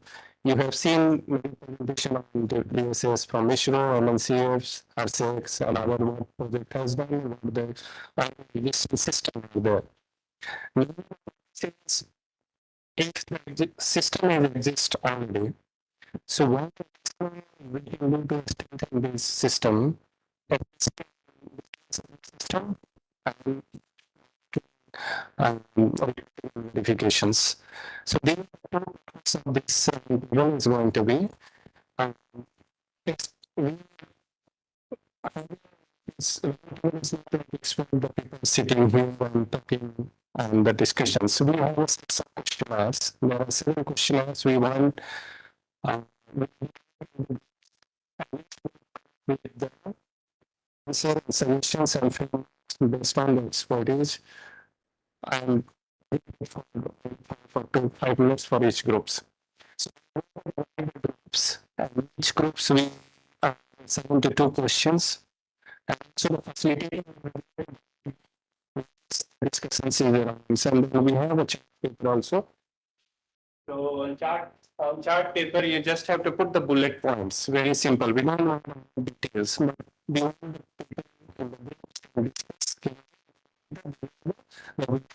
these particular questions. Before just request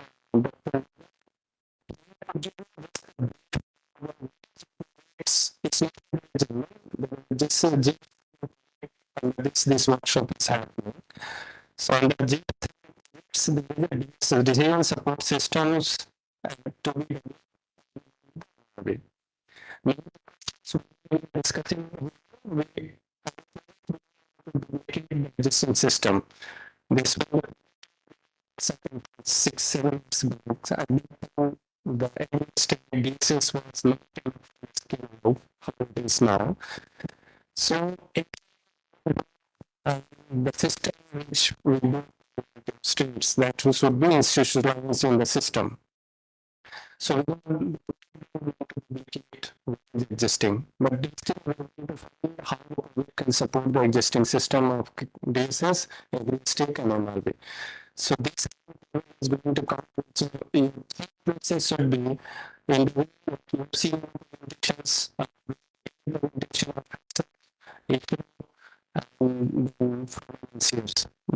so what in terms of requires and how farmers, but it's not. It's for the farmers. All these DSS, it's for the farmers. Individual is a farmer.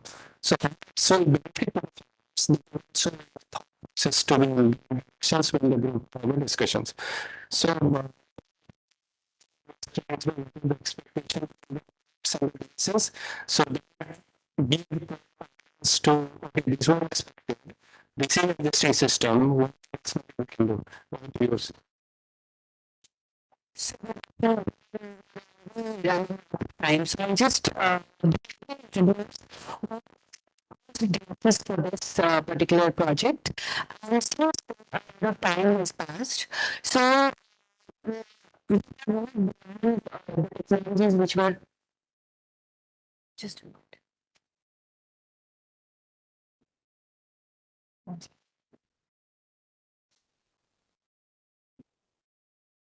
Yes.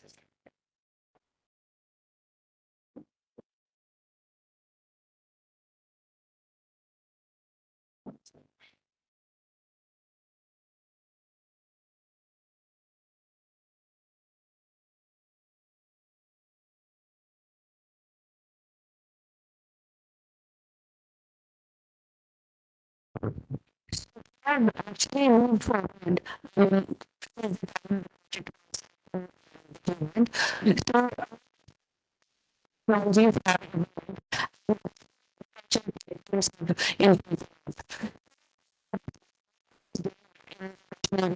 proposal.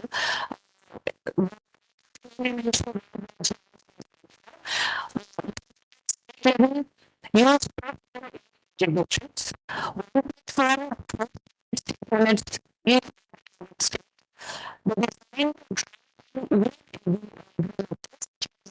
design project just development. Technology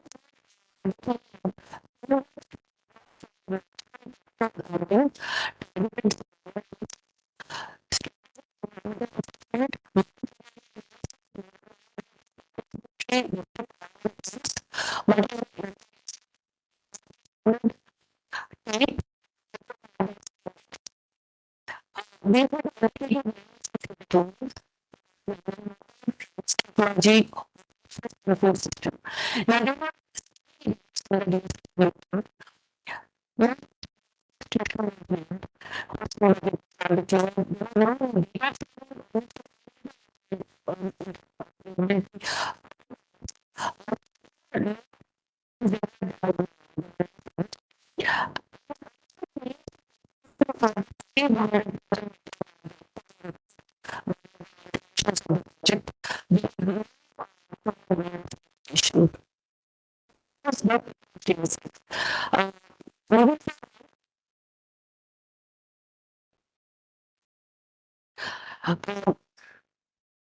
so we are focusing on this project.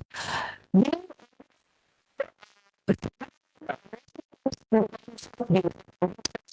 self-learning any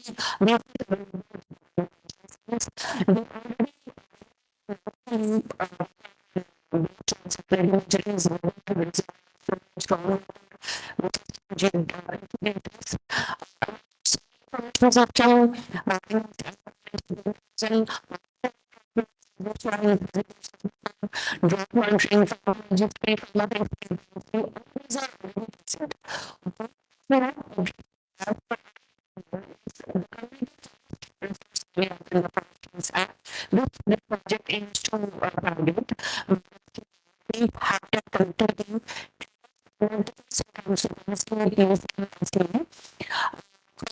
convergence across agriculture,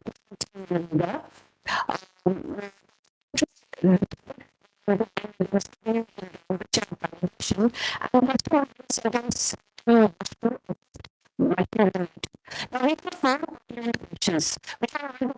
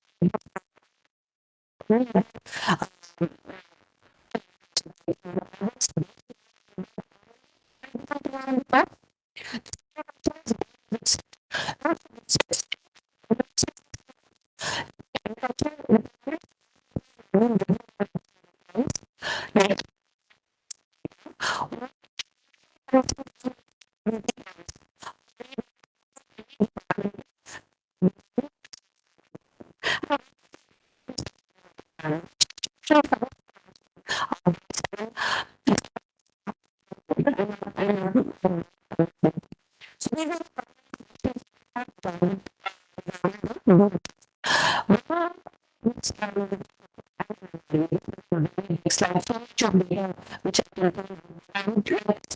just is not involved in the project. No one is still in the project proposal. Which is functional. It forms with joint data and meshes. There are animals.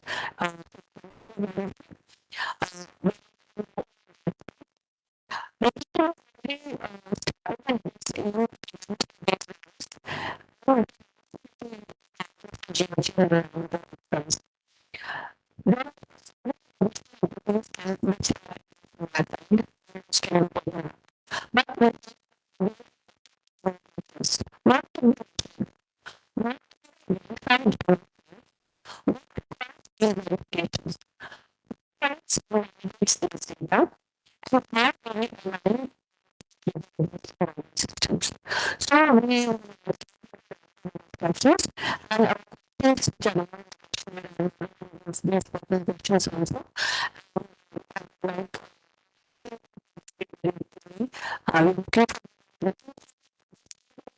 thank you so much and I just really just thank you.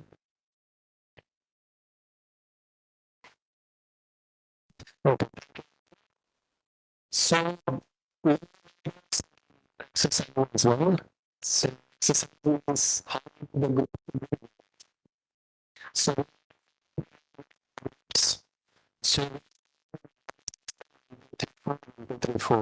so so we take it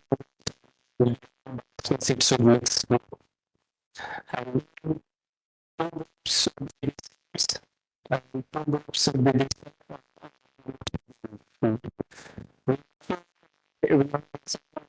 the facilitator groups so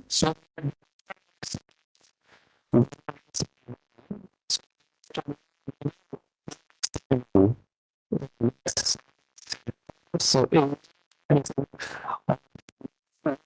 some discussions and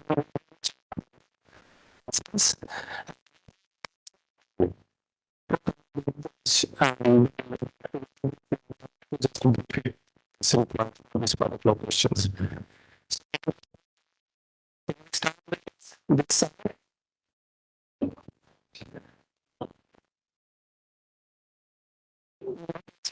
one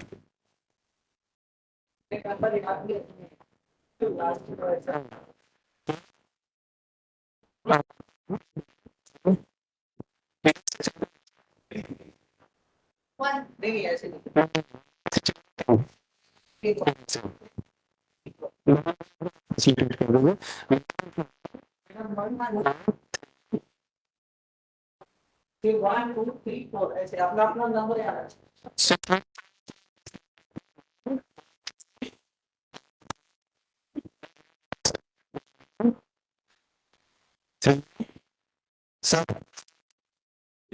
हाँ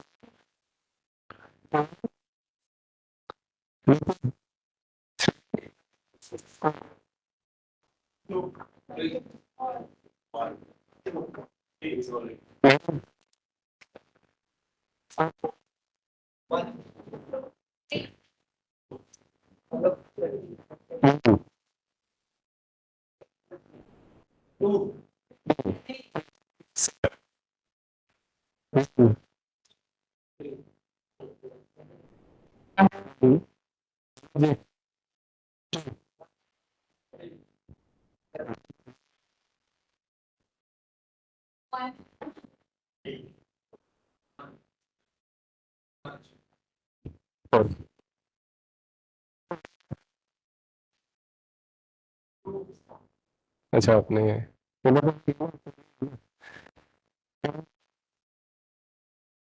So so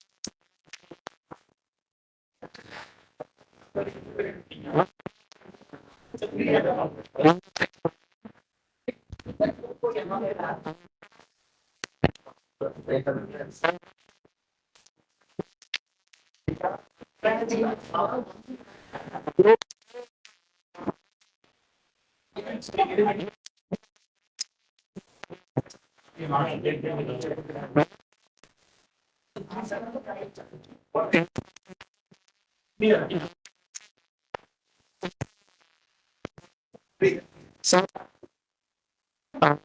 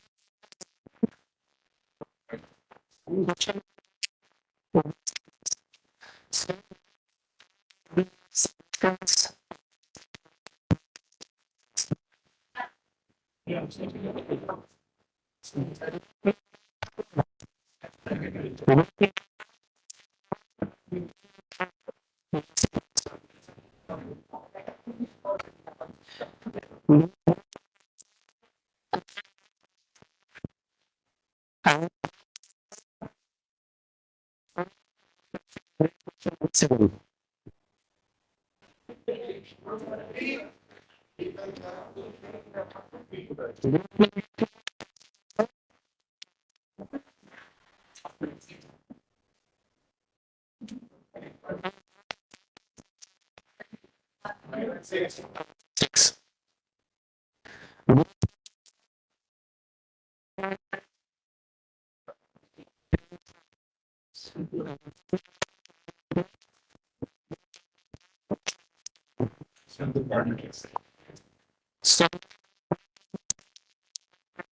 each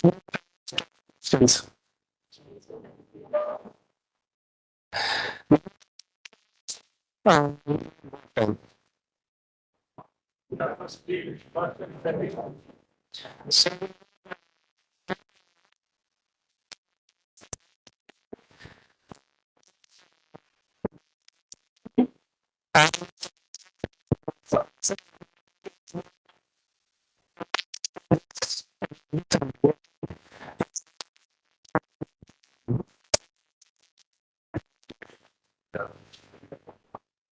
thank you.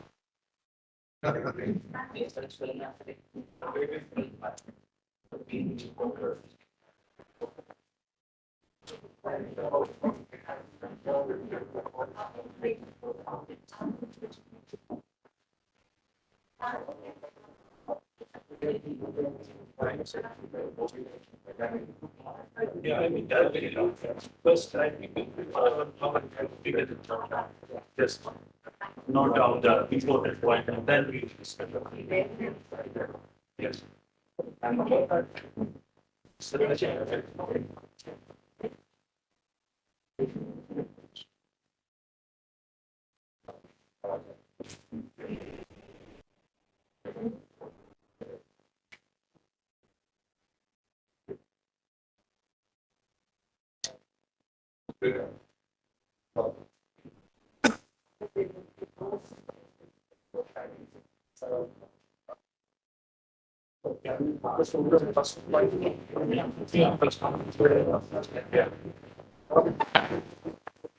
This is actually support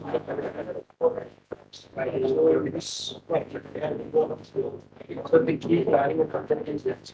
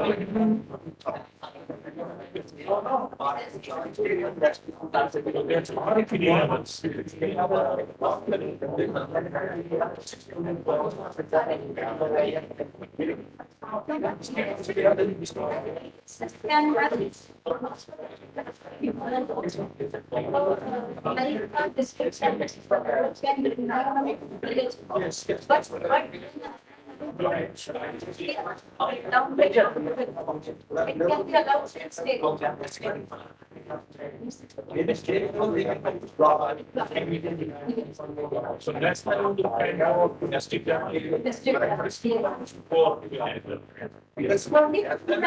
not see the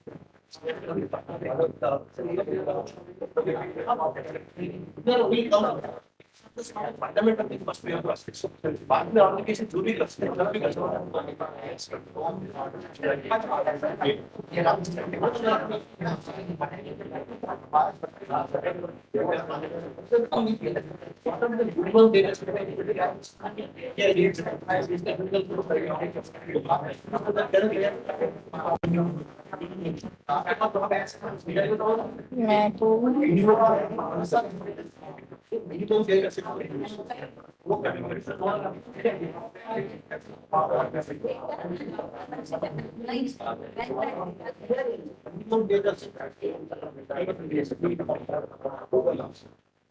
बस बस अब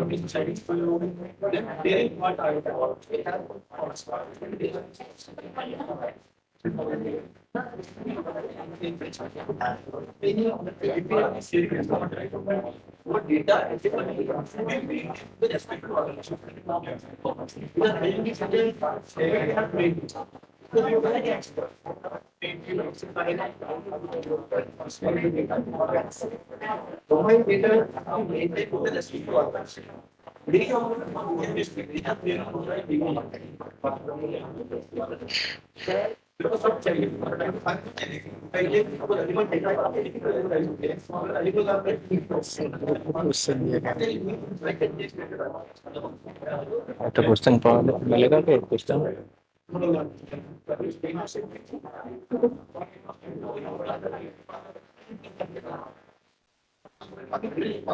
sir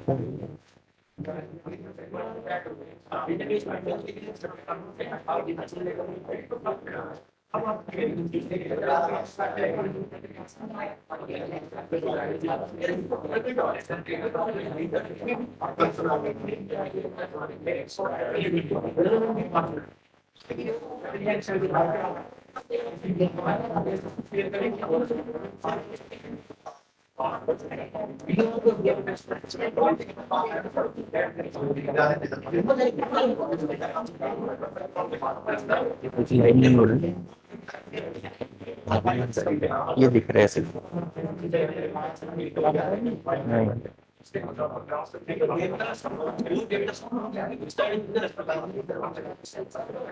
तो मैं screen पर दे camera लीजिए ये क्या कैमरा अच्छा